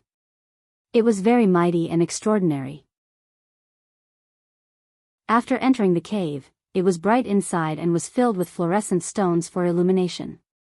About 5 or 6 meters into the cave, they discovered that there was a stone room dug out on both sides of the cave. There were several cultivators sitting in each room. Yu Qianqiu looked left and right and found that there was actually no one he could see through their cultivation. Chapter 591. As expected of the headquarters of the World Chamber of Commerce. Even the gatekeepers were at least at the tribulation passing stage. Yu Qianqiu was secretly awed. Guan Zhongkai cupped his hands in greeting and greeted, "Martial uncle." Yulan followed suit and cupped her hands in greeting. A man walked out from each of the 2 stone chambers and nodded at Yulan. His gaze fell on Yu Qianqiu. Guan Zhongkai hurriedly introduced, "This is Niu Yud, Senior Niu. He's someone Grandmaster wishes to see. This disciple has been ordered to lead the way." "So it's Mr. Niu." One of the men cupped his hands in a more amiable manner. Yu Qianqiu nodded in acknowledgement. The other man had a taut face and a serious expression. He frowned and asked, "Guan Zhongkai, since you're honorable master's guest, why are you walking here?" Guan Zhongkai replied, "Senior Niu wishes to see the scenery of Cornucopia and specifically requested to enter from here." The man replied, "Mr. Niu, to enter from here, you need a jade archive as a guide. Do you have one on you?" Yu Qianqiu could hear a hint of displeasure in his tone. He thought to himself, "Did I offend you?" He calmly shook his head and said, "No." "Then there's no other way. I'm afraid I'll have to trouble you to turn back and enter through a special passage. The rules here cannot be broken," the man said expressionlessly. Guan Zhongkai was stunned. Yulan also looked left and right in astonishment. The other man with a more amiable expression said in a low voice, "Junior martial brother, don't be rash. This is honorable master's guest." He cupped his hands in greeting and smiled at Yu Qianqiu. "Mister, please don't be offended. My junior martial brother has always been like this. Please follow me and apply for a jade archive. After that, you'll be able to enter and exit freely. So it's possible to apply for a jade archive." Yu Qianqiu chuckled. He stared at the unfriendly man and asked softly, "So you're saying that you're deliberately making things difficult for me by asking me to turn back?" Guan Zhongkai was shocked. He had personally experienced Niu Yud's prowess. Moreover, Niu Yud had a bad temper. Even his master couldn't handle him. Immediately, he bowed repeatedly and said, "Senior, please calm down, calm down." Even Yulan took a step back, her eyes darting around as if she was ready to watch a good show. The person with the amiable expression also came out to smooth things over. "It's just a small matter, don't take it to heart, don't take it to heart. Junior brother, hurry up and apologize to Mr." Who would have thought that the man would say with a cold face, "Apologize? I didn't say anything wrong. Without the Jade Archive as a guide, we can't enter from here. Not to mention, I didn't stop him from applying for the Jade Archive." "All right." Yu Qianqiu put on a fake smile and said, "You've got guts to provoke me. You must be tired of living." As soon as he finished speaking, a majestic, cold, and terrifying aura suddenly erupted from his body, instantly filling the entire passageway. "Senior, please calm down," Guan Zhongkai said in a panic, but just as he said that, the rest of the words in his mouth were forced back by that extremely terrifying aura, and his entire body began to tremble. He thought to himself, "It's over." The temperature in the cave instantly dropped below freezing point. Coupled with the bone-chilling aura, everyone was implicated. Even the people in the stone chambers on both sides were no exception. Everyone's teeth were chattering. The person with the amiable expression was terrified. He slowly raised his hand and said, "Senior." He realized that it was extremely difficult for him to speak. The person with the unkind tone was in trouble. Yu Qianqiu mobilized the terrifying aura of the black flame and didn't hesitate to heavily punish him. This caused him to roll his eyes continuously. After swaying for a while, he couldn't take it anymore and fell to the ground with a plop. He didn't wake up, and no one knew whether he was dead or alive. "Humph." Yu Qianqiu snorted coldly and said, "Seeing that we might become family in the future, I'll spare your life. If there's a next time, I'll kill you without mercy. Even if Yin Baikong comes, he won't be able to protect you." The terrifying aura in the cave quickly disappeared with his last words and returned to normal. But the others still felt their bodies stiffen. They couldn't recover for a while, and they all looked at Niu Yud in fear. Guan Zhongkai looked at the unconscious martial uncle on the ground and didn't know whether to laugh or cry. He thought to himself, why did you have to do this? You even dragged the others into this. Yulandu was even more shocked when he activated his internal energy to dispel the terrifying aura that had seeped into his body. He knew that Niu Yud was powerful, but he had never experienced it himself. He didn't expect him to be this powerful. He didn't even need to lift a finger to deal with an expert at the end of the crossing calamity stage. Just that terrifying aura alone was enough to deal with him. He had to inform Master of this as soon as possible. The group of people gradually regained their mobility. The first thing the amiable person did was to squat down to check on his junior. He was relieved to find that he was still alive but unconscious. He waved his hand and summoned 2 people from the stone chamber to carry his junior away. Then, he cupped his fists and apologized, "Thank you for your mercy, senior. Please follow me to complete the Jade Archive." He knew that the person in front of him wasn't someone he could afford to offend. Yu Qianshou followed him expressionlessly. That person personally took out a Jade Archive and asked Yu Qianshou to imbue a strand of true origin into it. Then, he immediately inscribed a set of incantations into the Jade Archive. Soon, the incantations were completed and handed to Yu Qianshou. "How many spirit stones do you need?" Yu Qianshou waved the Jade Archive in his hand. That person waved his hand and said, "Senior is my master's honored guest. How could I dare to accept your spirit stones?" Then, he gave Guan Zhongkai a look. Guan Zhongkai understood and hurried over to invite Yu Qianshou to leave. Yu Qianshou couldn't be bothered to waste his time here and left with the 2 of them. That person remained behind Miao Yi and bowed, saying, "Farewell, senior." Then, he smiled bitterly and shook his head, slowly letting out a sigh. He thought to himself, "I've finally sent this terrifying guy away."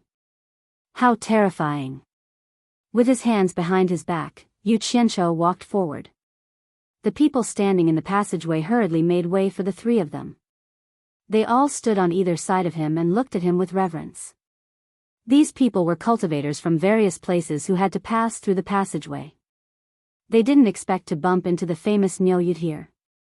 Not to mention, they even got to watch the show. However, the aura that filled the cave just now was too terrifying. Even now, everyone still hadn't fully recovered from it. After walking for a short distance, they discovered a profound light screen blocking their path. The color of the light screen was almost exactly the same as the luster of the fluorite. If they weren't careful, they would definitely bump into it. The 3 of them took out their Jade Archives and imbued their true origin into it. A ray of white light struck the light screen and 3 holes just wide enough for 3 people to pass through appeared. After the 3 of them passed through, the light screen quickly closed up again. Such a profound wave light screen, in the short passage of nearly 100 meters, actually had 3 obstructions. Yu Qianshou couldn't help but sigh at the tight security of the World Chamber of Commerce. If someone caused trouble and wanted to escape, even if they could break through these 3 light screens, it would still take them some time. Similarly, people who tried to barge in from the outside would face the same problem. Meanwhile, the World Chamber of Commerce would have enough time to react and respond. Once they exited the cave, their eyes suddenly lit up. A bustling city was right in front of them. It was built in a basin surrounded by mountains. It was hard to imagine that such a bustling city could actually exist in such a desolate and uninhabited primeval forest. Yu Qianshou couldn't help but click his tongue in admiration. This was a cornucopia. It really did look like a basin. It was far bigger than the Hundred Flowers Valley, and far more lively than the Hundred Flowers Valley. Although it wasn't as big as the capitals of the various countries that Yu Qianshou had been to, the various buildings here were all exquisite. They couldn't be compared to the ordinary commoners' buildings in the secular world. Thinking about it, it made sense. Most of the buildings here were representatives of the various powers of the cultivation world. How could the secular world compare? The most conspicuous was the cone-shaped towering mountain in the middle of the buildings. The cultivation world's famous god of wealth peak stood in the center of the cornucopia, the core of the World Chamber of Commerce. All sorts of buildings surrounded the foot of the mountain, spreading out in a circular pattern. Guan Zhongkai saw the astonishment in Yu Qianzhou's eyes and was somewhat pleased. He smiled and said, "Senior, this is our World Chamber of Commerce's headquarters. Please." He pointed to the steps beneath his feet and made an inviting gesture. Yu Qianzhou nodded and the three of them followed the steps into the basin. Stepping into the bustling city, people came and went. It felt like the streets of the secular world. If they didn't know that this was the cultivation world's famous World Chamber of Commerce, who would have believed that they were currently in an important area of the cultivation world? On both sides of the street, there were pavilions with green tiles and vermilion eaves. Wine shops and commercial buildings could be found everywhere. There were even some places where new buildings were being built. As Yu Qianzhou looked left and right, he couldn't help but sigh that Yin Baikong was indeed a talent for business. He managed to manage such a remote place into such a prosperous place. On the way, they saw people constantly greeting Guan Zhongkai and Yulan. However, when they saw the two of them respectfully accompanying a middle-aged man, they couldn't help but look at him in astonishment. They felt that he looked a little unfamiliar. But then they remembered that the two of them had been accompanying a certain person in the cultivation world during this period of time. Their expressions changed slightly as they remembered who that person was. Not long after, the news that Niu Yud had arrived at the World Chamber of Commerce spread through the entire cornucopia at lightning speed. Dormant Spring? Yu Qianzhou stared at the signboard of a building and read it out loud. Then he looked at the dozen or so gorgeously dressed women downstairs. These women were basically all at the foundation establishment stage. They constantly tugged at the male cultivators passing by on the street. Yu Qianzhou opened his mouth, thinking that he was seeing things. He asked the two of them blankly, "What are they doing?" "Soliciting customers," Yulan said disapprovingly. Yu Qianzhou said in disbelief, "Could this be a brothel? There are brothels in the cultivation world? Do cultivators do this? Are they being forced?" When he said this, his expression didn't look too good. Guan Zhongkai explained, "No one is forcing them, they're all voluntary. Some itinerant cultivators don't have a source of spirit stones and want to continue cultivating in the cultivation world, so there are many who do this. After they save up enough spirit stones, they'll concentrate on cultivating. When they run out of spirit stones, they might come out and continue doing this. Of course, this place isn't like the brothels in the secular world, they won't restrict personal freedom. Here, the brothel keeper takes a cut. If you want to do it, you can come and go. It's very convenient." Chapter 592. Very convenient? Yu Qianzhou's expression was lifeless. He really didn't expect that these immortals in the eyes of the secular world would actually be in this line of work. He subconsciously couldn't accept it. He shook his head helplessly and said, "They're all quite good-looking. Of all the things they could do, why did they have to be in this line of work?" Yulan looked at him with a somewhat strange expression. It was the kind of expression that seemed to say that he didn't understand the suffering of the world. She smiled and said, "Senior's cultivation is profound. I'm afraid you rarely come into contact with low-level cultivators, especially those itinerant cultivators. They'll do anything for spirit stones." Yu Qianzhou rolled his eyes and said, "Who said that? I've come into contact with many itinerant cultivators in Ghost Manor, but I've never heard of cultivators in this line of work." Yulan smiled and said, "Who would go around talking about it after doing this line of work? It's only made public in cornucopia. In fact, there are many itinerant cultivators out there who do wild work, but it's not safe. They often put in the effort but don't get anything in return. They might even get themselves killed." "That's right." Guan Zhongkai nodded and said, "It's different here. As long as they pay taxes, they'll receive the protection of world commerce. They'll get something in return if they put in the effort." "Are these people all itinerant cultivators?" Yu Qianzhou asked as he stared at Spring Slumber. "Of course. Cultivators with sex all have a source of spirit stones." "Who would do this?" Yulan said. When I was in Ghost Manor, I heard that there are many female itinerant cultivators who marry into sects. Those male itinerant cultivators can't even find a partner for dual cultivation. Why don't they find a sex disciple to marry? Yu Qianqiu asked. Guan Zhongkai and Yulan looked at each other and smiled.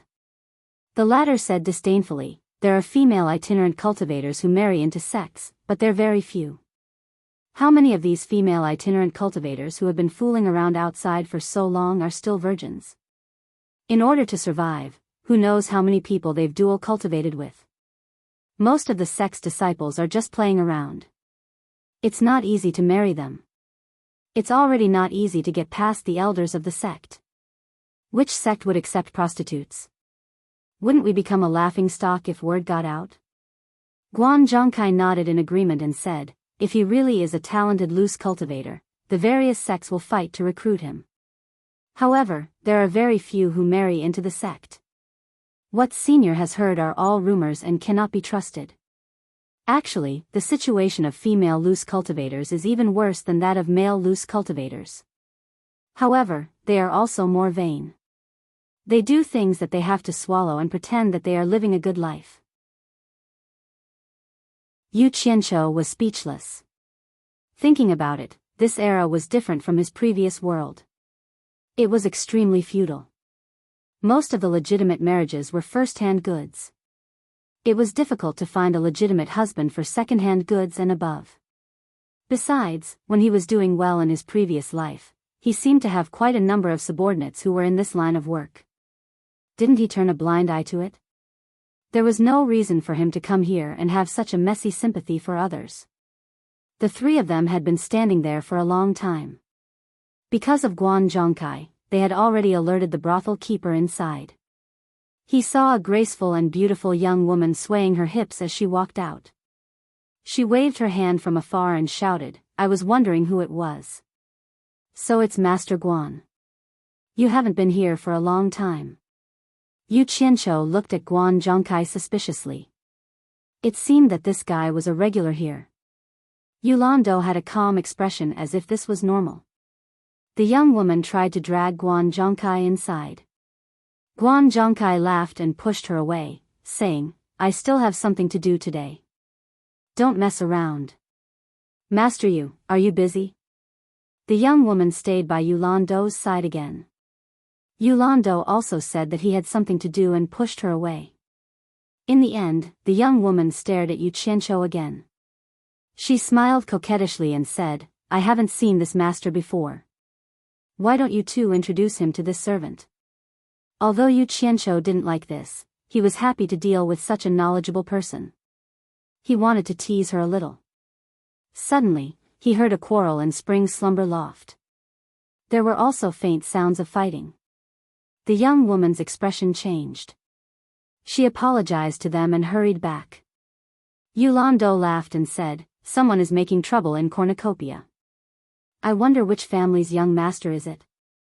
Guan Zhongkai's expression turned a little ugly. After a while, they saw three people pulling a woman out. The woman struggled with all her might and kept shouting, let me go. A group of Orioles came out of Spring's slumber loft and seemed to be watching the show. Looking at the scene, it didn't seem like someone was making trouble. Guan Zhongkai and Yulan looked at each other. They didn't understand. Yu Qianqiu felt that the three men were familiar. He seemed to have seen them somewhere. Someone was making trouble in cornucopia. This was something new.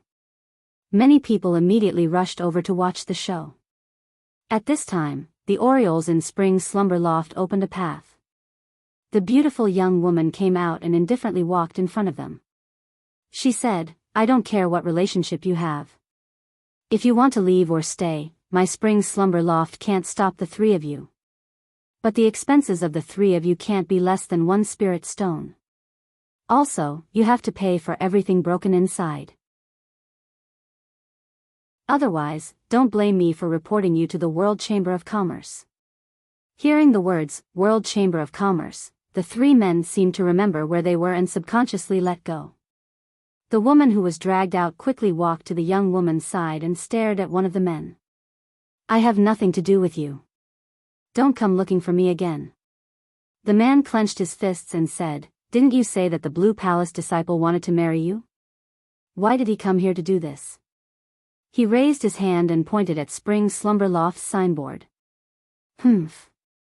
There's no good man." The woman said disdainfully, "I said I have nothing to do with you. It's none of your business whether I do this or not. You have a good way out. I can't stop you. That's why I let you go. But if I knew you were here for this, I wouldn't have let you go." The man shouted, "Where's that man? Where is he? Didn't he say he would take you to Blue Palace? Why did he let you do this?" The woman giggled as if she had heard a funny joke. She shook her head and said, "He's a Blue Palace disciple. Of course he's in Blue Palace. So what if I tell you? What can the three of you do to a Blue Palace disciple?" Hearing this, the people around them had a rough idea of what was going on. There was a flurry of discussion. The general gist of it was that the two of them used to be a couple. Later, a Blue Palace disciple took a fancy to the woman and took her away.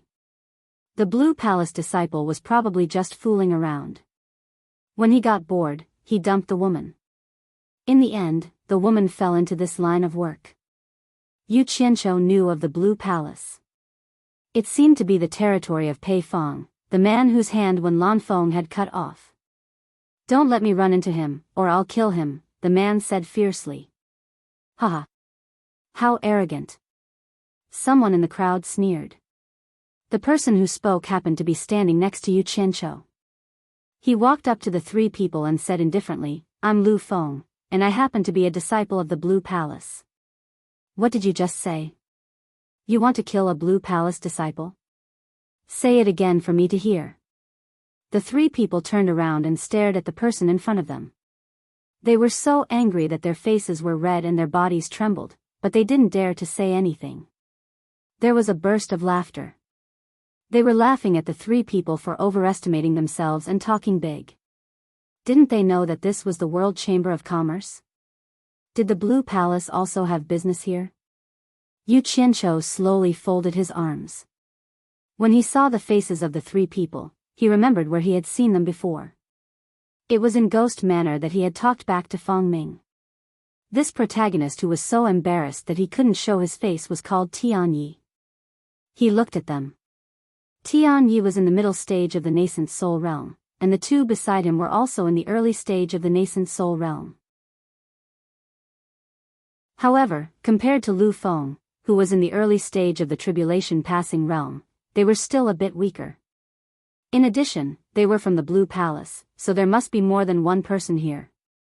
If they fought, they would definitely be at a disadvantage. Yu Qianqiu shook his head slightly and sighed. Seeing that the three people didn't dare to speak, Lu Feng was even more pleased. He pointed at the woman and said, "Isn't she just a wandering cultivator? My Blue Palace disciple is giving her face by messing with her." "What? You three are not convinced?" His words made the group burst into laughter again. The beautiful woman's expression changed. She bit her lip and didn't say anything. The disciples of the top 10 cultivators were so powerful that she couldn't afford to offend them. The muscles on Yu Qianqiu's face twitched. He thought to himself, "Damn it. I've seen shameless people, but I've never seen such a despicable person. Even I don't dare to be so despicable. How dare she steal my limelight? I really can't stand it anymore. If I watch too much, I'll lose my appetite and lose face as a man. I'm a man, so I can't just stand by and watch." Yu Qianqiu nudged Yulan and Guan Zhongkai who were in front of him. The two didn't know what he was going to do, but they still moved aside. He walked out expressionlessly and stood quietly behind Lu Feng. Everyone's eyes were on him. Guan Zhongkai and Yulan looked at each other and felt that something was wrong. Amano and the other two looked over and were stunned. They had seen Niu Yud at Ghost Manor, so they naturally knew him, but they didn't expect to see him here. Seeing that everyone was looking over, Lu Feng thought that they were looking at him. He continued to be arrogant and proud. He pointed at Amano and the other two and said, "How dare you say that you want to kill the Blue Palace disciple in public? I think you must be tired of living." Before he could finish speaking, he suddenly felt someone pat his shoulder from behind. As soon as he turned his head, his vision blurred. Then, he heard a paw sound. His eardrums buzzed, and he felt a burning pain on his face. It was so painful that it was a little numb. Lu Feng staggered a few steps and shook his head to see clearly who had hit him. It was a middle-aged man with a smile on his face. He subconsciously asked, "Who are you?" Then, he remembered that he had been hit in public. He immediately shouted angrily, "You're courting death." Without another word, a blue flying knife flashed out of his pocket and directly shot towards the other party. Yu Qianqiu still looked at him with a smile on his face. The flying knife flew towards his chest, but he didn't dodge it. He just lightly flicked his finger at it.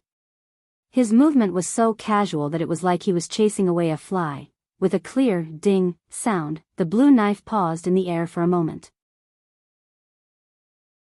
Then, like a deflated balloon, it turned into sparkling blue powder and drifted to the ground.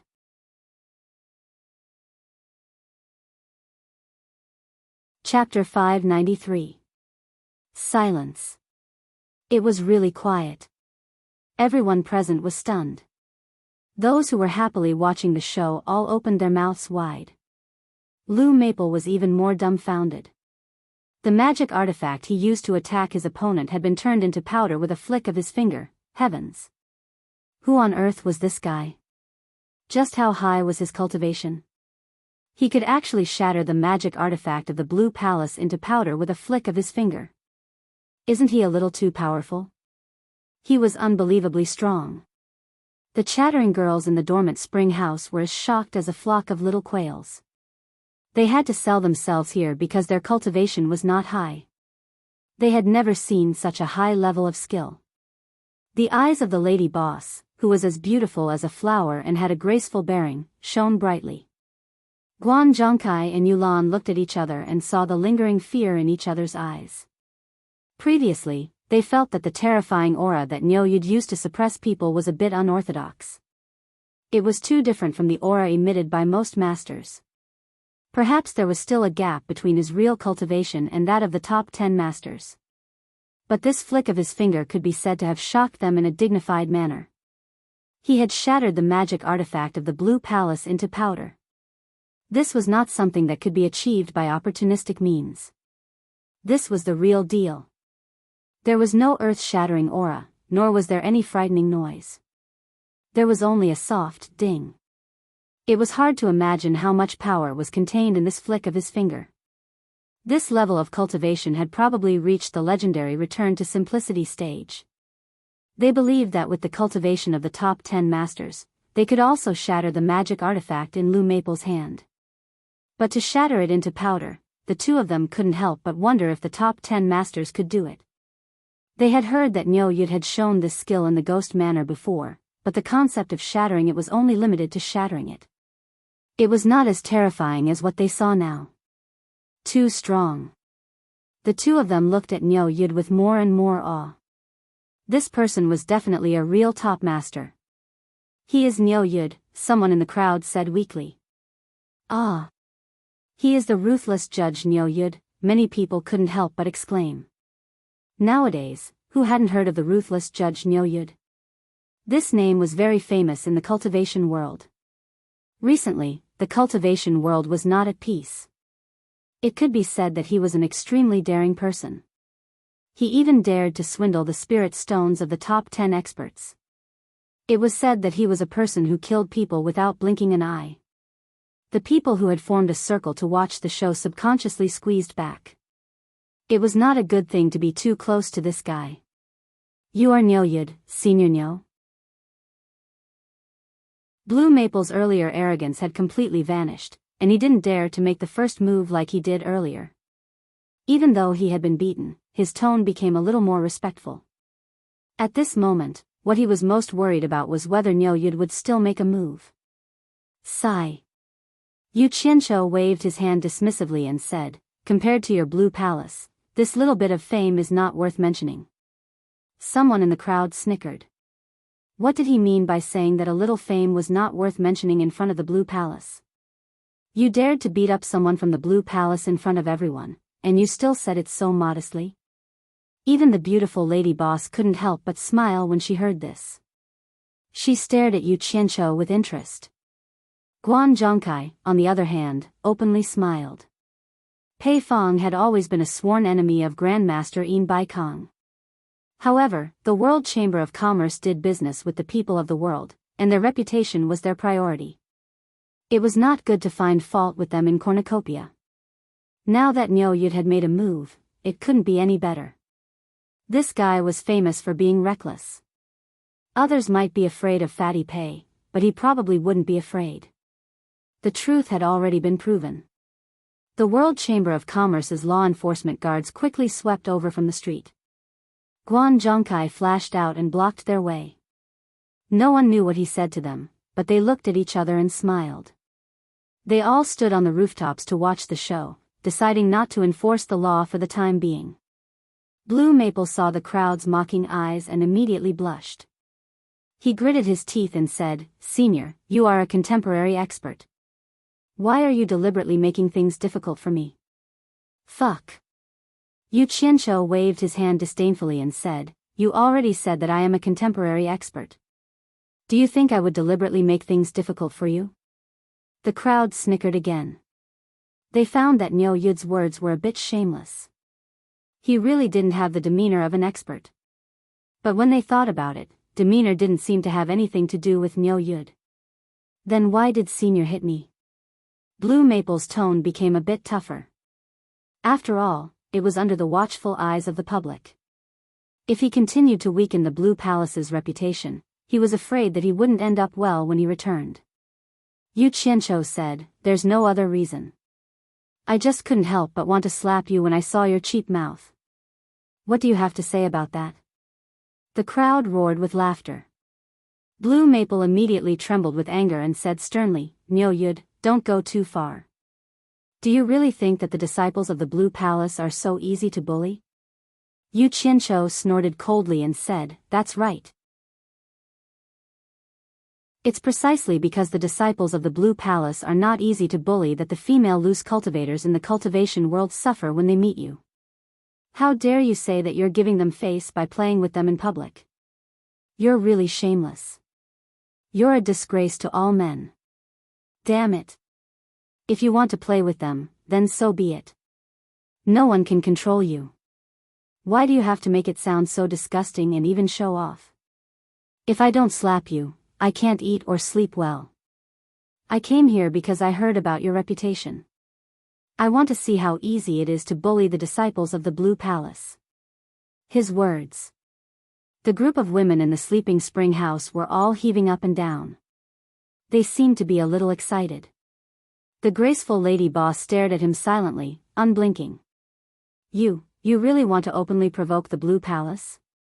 Blue Maple had no choice but to use the name of the Blue Palace to pressure him again, hoping that the other party would back down. Yu Qianqiu smiled faintly and turned to stare at Amano and the others. He said, "Amano. Amano greets Senior Niu." Amano hurriedly came over and bowed. He seemed a little excited. He didn't expect such a person to remember his name.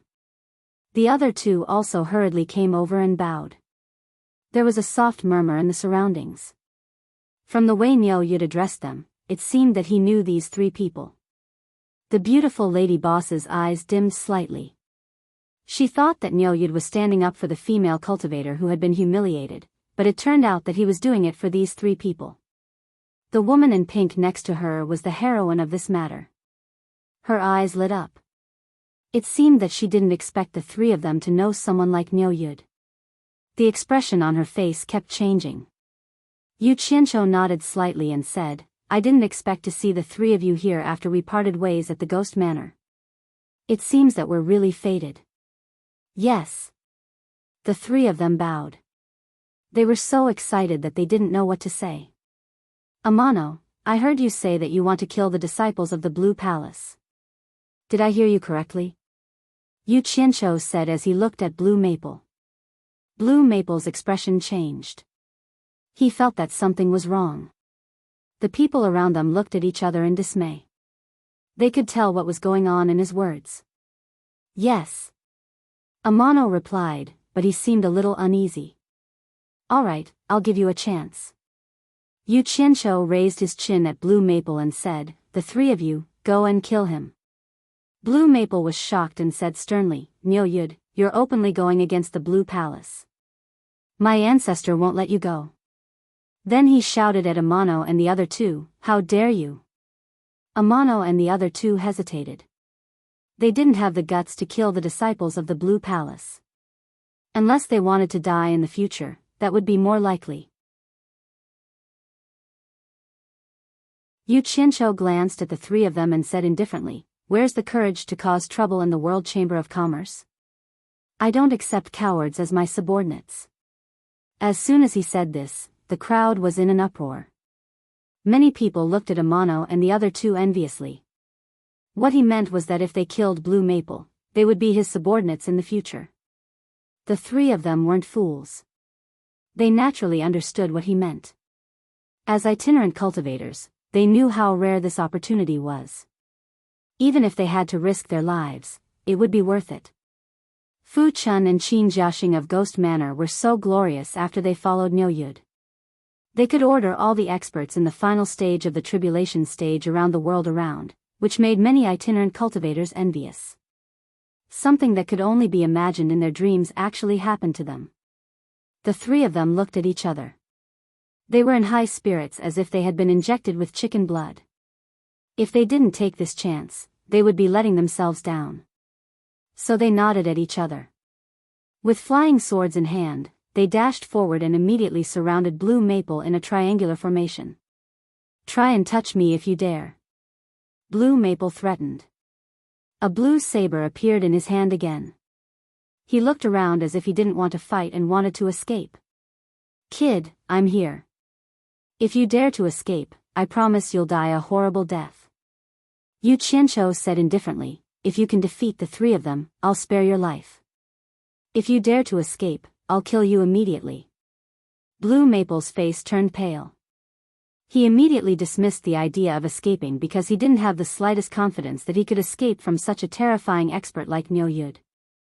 As his eyes drifted, he suddenly stopped and saw Guan Zhongkai in the crowd. He immediately said loudly, Senior Guan, our Blue Palace does business in Cornucopia and has paid all the taxes. We should enjoy the protection of the World Chamber of Commerce. Is the World Chamber of Commerce really going to turn a blind eye to it? Where is the credibility of the World Chamber of Commerce? This accusation was too big. Guan Zhongkai's expression changed and he waved to the roof. The law enforcement guards flashed to the middle and surrounded Blue Maple. The latter was slightly relieved. He wasn't afraid of Tian Yi and the other two, but Niu Yud. The other side was clearly determined to kill him. If such an expert played any tricks during the fight, he probably wouldn't even know how he died. At this moment, 5 or 6 people in blue clothes appeared out of nowhere and flashed to the scene. They also protected Blue Maple. Blue Maple glanced at them and silently gritted his teeth. He couldn't say anything at this time. But he was well aware that these fellow disciples had been nearby just now. They probably didn't dare to come out when they saw Niu Yud looking for trouble with the Blue Palace. Now that the World Chamber of Commerce's people had stepped forward, they appeared one by one.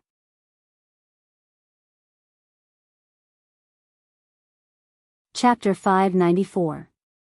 Yu Qianqiu glanced at the group from Blue Palace with some disdain. But to the surrounding cultivators, this wasn't a big deal. Avoiding the strong and avoiding the weak was the most basic survival rule in the cultivation world. If they didn't even know how to avoid an expert like Niu Yud and wanted to fight head-on, then everyone would laugh at them for overestimating themselves. Guan Zhongkai walked into the field with a bitter expression and cupped his hands towards Yu Qianqiu. Senior, please calm down. This is the headquarters of the World Commerce Association after all, and no one is allowed to cause trouble here. Senior, please let them go for the time being on account of my grandmaster. I will give Yin Baikong an explanation. Besides. Yu Qianqiu's eyes turned cold as he swept his gaze across the field and finally landed on Blue Maple's face. He said indifferently, it's not that the World Commerce Association didn't do their duty, but I stopped them. Lou Maple was shocked. He didn't think that the other party wouldn't even give face to the World Commerce Association. From his tone, he still wanted to kill him. Since that was the case, he had to escape even if he didn't want to. Without another word, he flew up in a flash. Who knew that he would run into a ball of cold air after flying up a few meters? Apart from the bone-piercing chill, there were also all kinds of extreme negative emotions that could frighten one's soul. They easily broke through his stubborn will and directly and intensely crashed into his sea of consciousness. His consciousness sank into a coma in despair. His body stiffened and he fell uncontrollably, under everyone's gaze. Lou Maple had just flown up when his eyes rolled back and his limbs fell stiffly to the ground with a plop. No one knew what had happened to him. He looked at Nyo Yud again and felt his hair stand on end. He didn't even know how he had done it. His cultivation was indeed ridiculously high. You had a chance to live but you didn't want it. I told you not to run in front of me, but you didn't believe me. Yu Qianzhou said indifferently as he stared at Lou Maple on the ground. Actually, his cultivation was about the same as Lou Maple's, but he had expected Lou Maple to run. After all, struggling before death was human instinct. So he had secretly placed a black flame aura on Lou Maple's head in advance just in case. Since his cultivation had reached the tribulation stage, it was not difficult for him to do something like this in a short distance. Unless there was someone with an extremely high cultivation at the scene, under his deliberate suppression, it would be very difficult for an ordinary expert to discover it unless they were personally present. This was because it wasn't something that could be seen just by looking at it. But so what if someone found out? It didn't mean anything. On the other hand, it would be embarrassing if he couldn't make Blue Maple stay.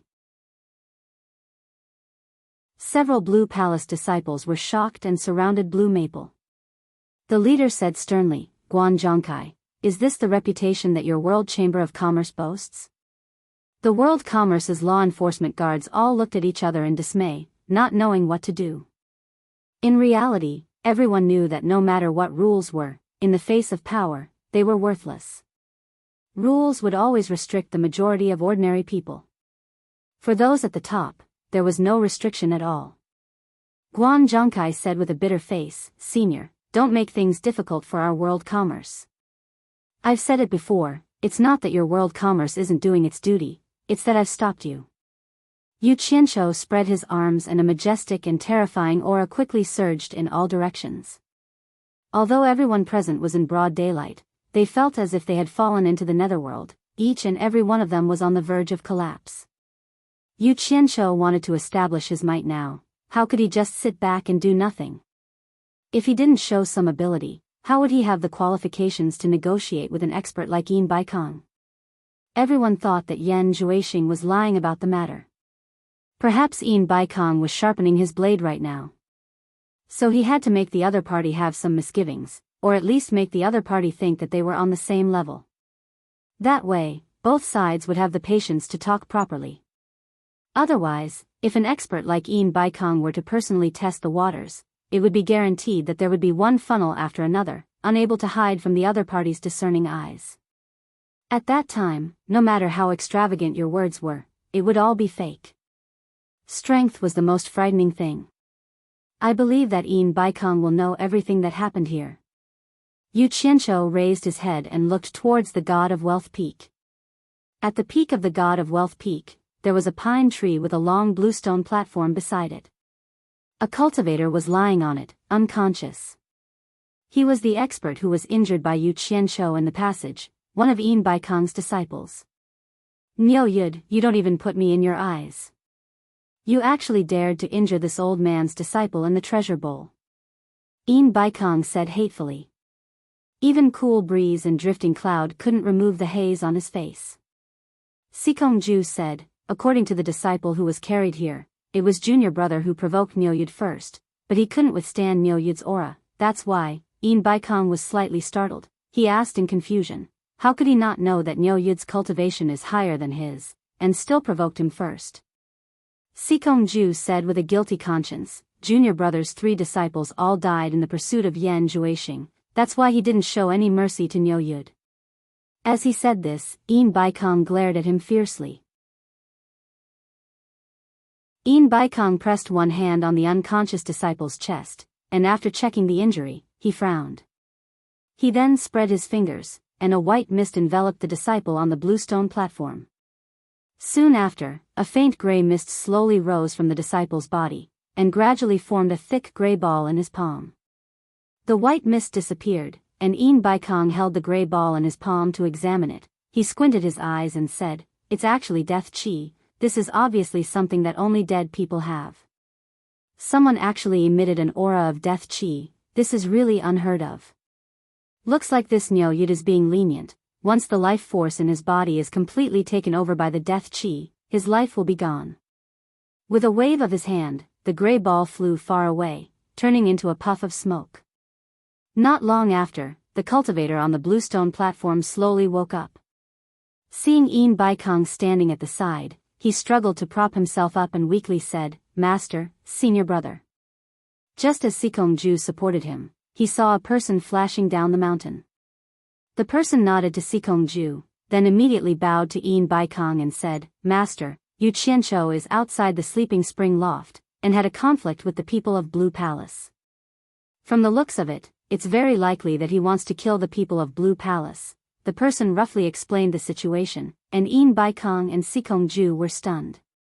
The former then waved his hand and said, "Got it, first help your junior brother to rest." After the two left the mountain, Een Baikong stroked his beard and said in a low voice, "Could it be that this Nyo Yud really has such strength, that he doesn't even care about Fatty Pei who is at the late soul formation stage?" In his heart, he also weighed his own strength, and now he was a little worried about the consequences of inviting this Nyo Yud. If it was easier to invite a god than to send him away, then it would be terrible. Regarding Yan Zhuixing, he had already temporarily put aside the matter. At this time, the surrounding temperature seemed to have dropped a little. Almost at the same time, the master and disciple turned their heads to look down the mountain, and released their divine sense to investigate. They immediately discovered that the deeper their divine sense went, the lower the temperature became. Not only the temperature, but they also felt an indescribable aura that made one's heart palpitate. Een Baikong was immediately overwhelmed with shock. Sikong Ju didn't dare to extend his divine sense too far, as it was a little unbearable. He withdrew his divine sense and nodded, "It's Nyo Yud, I've experienced it before. This is the aura emitted from Nyo Yud's body." Needless to say, Een Baikong had already guessed that this terrifying aura came from the direction of the sleeping spring loft. However, what made him shocked was that the closer his divine sense got, the more uncomfortable it became. Even with his cultivation, he couldn't get too close, so he had no choice but to withdraw his divine sense. Heavens! Could it be that this Nyo Yud's cultivation was actually higher than his? Een Baikong took a deep breath, and decisively said, "Let's go down the mountain, I'll personally welcome him." "It's just a mere Nyo Yud, this disciple will go welcome him." "Why would Master personally go down the mountain to welcome him?" Sikong Ju said. Actually, he had more or less guessed the reason, but he still had to say respectful words. Because he had guessed it, he was even more shocked by this Nyo Yud's cultivation. With his cultivation, there's no need to make such a big commotion to take care of a few small shrimps. He did this to make me think it over. It's not good to put on airs, or else it'll be hard to talk when we meet. Let's go. Een Baikong helplessly shook his head. Previously, he did want to put on airs as one of the top 10 experts, and more or less wanted to tame this spirit-severing expert for his own use. However, from the looks of it now, the other party's cultivation was probably higher than his. At that time, he didn't know who would put on airs. Provoking this great god, he didn't know if it was a blessing or a curse. Yu Qianqiu's gaze moved away from the god of Wealth Peak, and the corner of his mouth curled into a smile. Within the range of the aura, he could sense it with his perception. He could even sense the two probing divine senses. One strong and one weak. Not mentioning the weak one, he had already fought with the strong one, and the final result was that the other party retreated. That person was most likely Een Baikong. Humph. Even my world's #1 expert's master was apprehensive of the netherworld ghost flame, how could you resist it?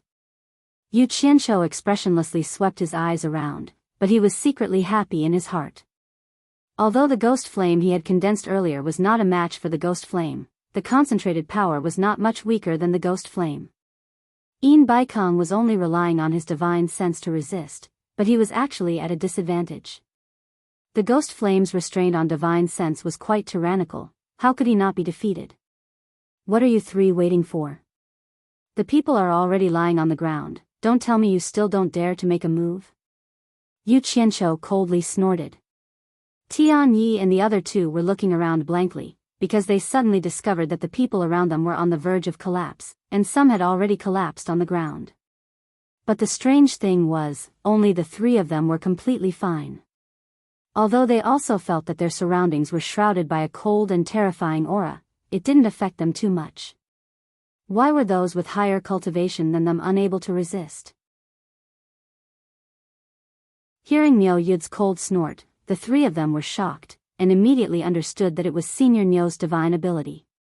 Without hesitation, 3 cold lights flashed out, and in an instant, Lu Feng's body on the ground was divided up.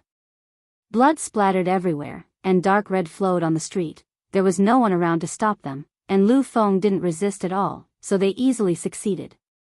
The three of them kept their flying swords, and looked at each other in silence.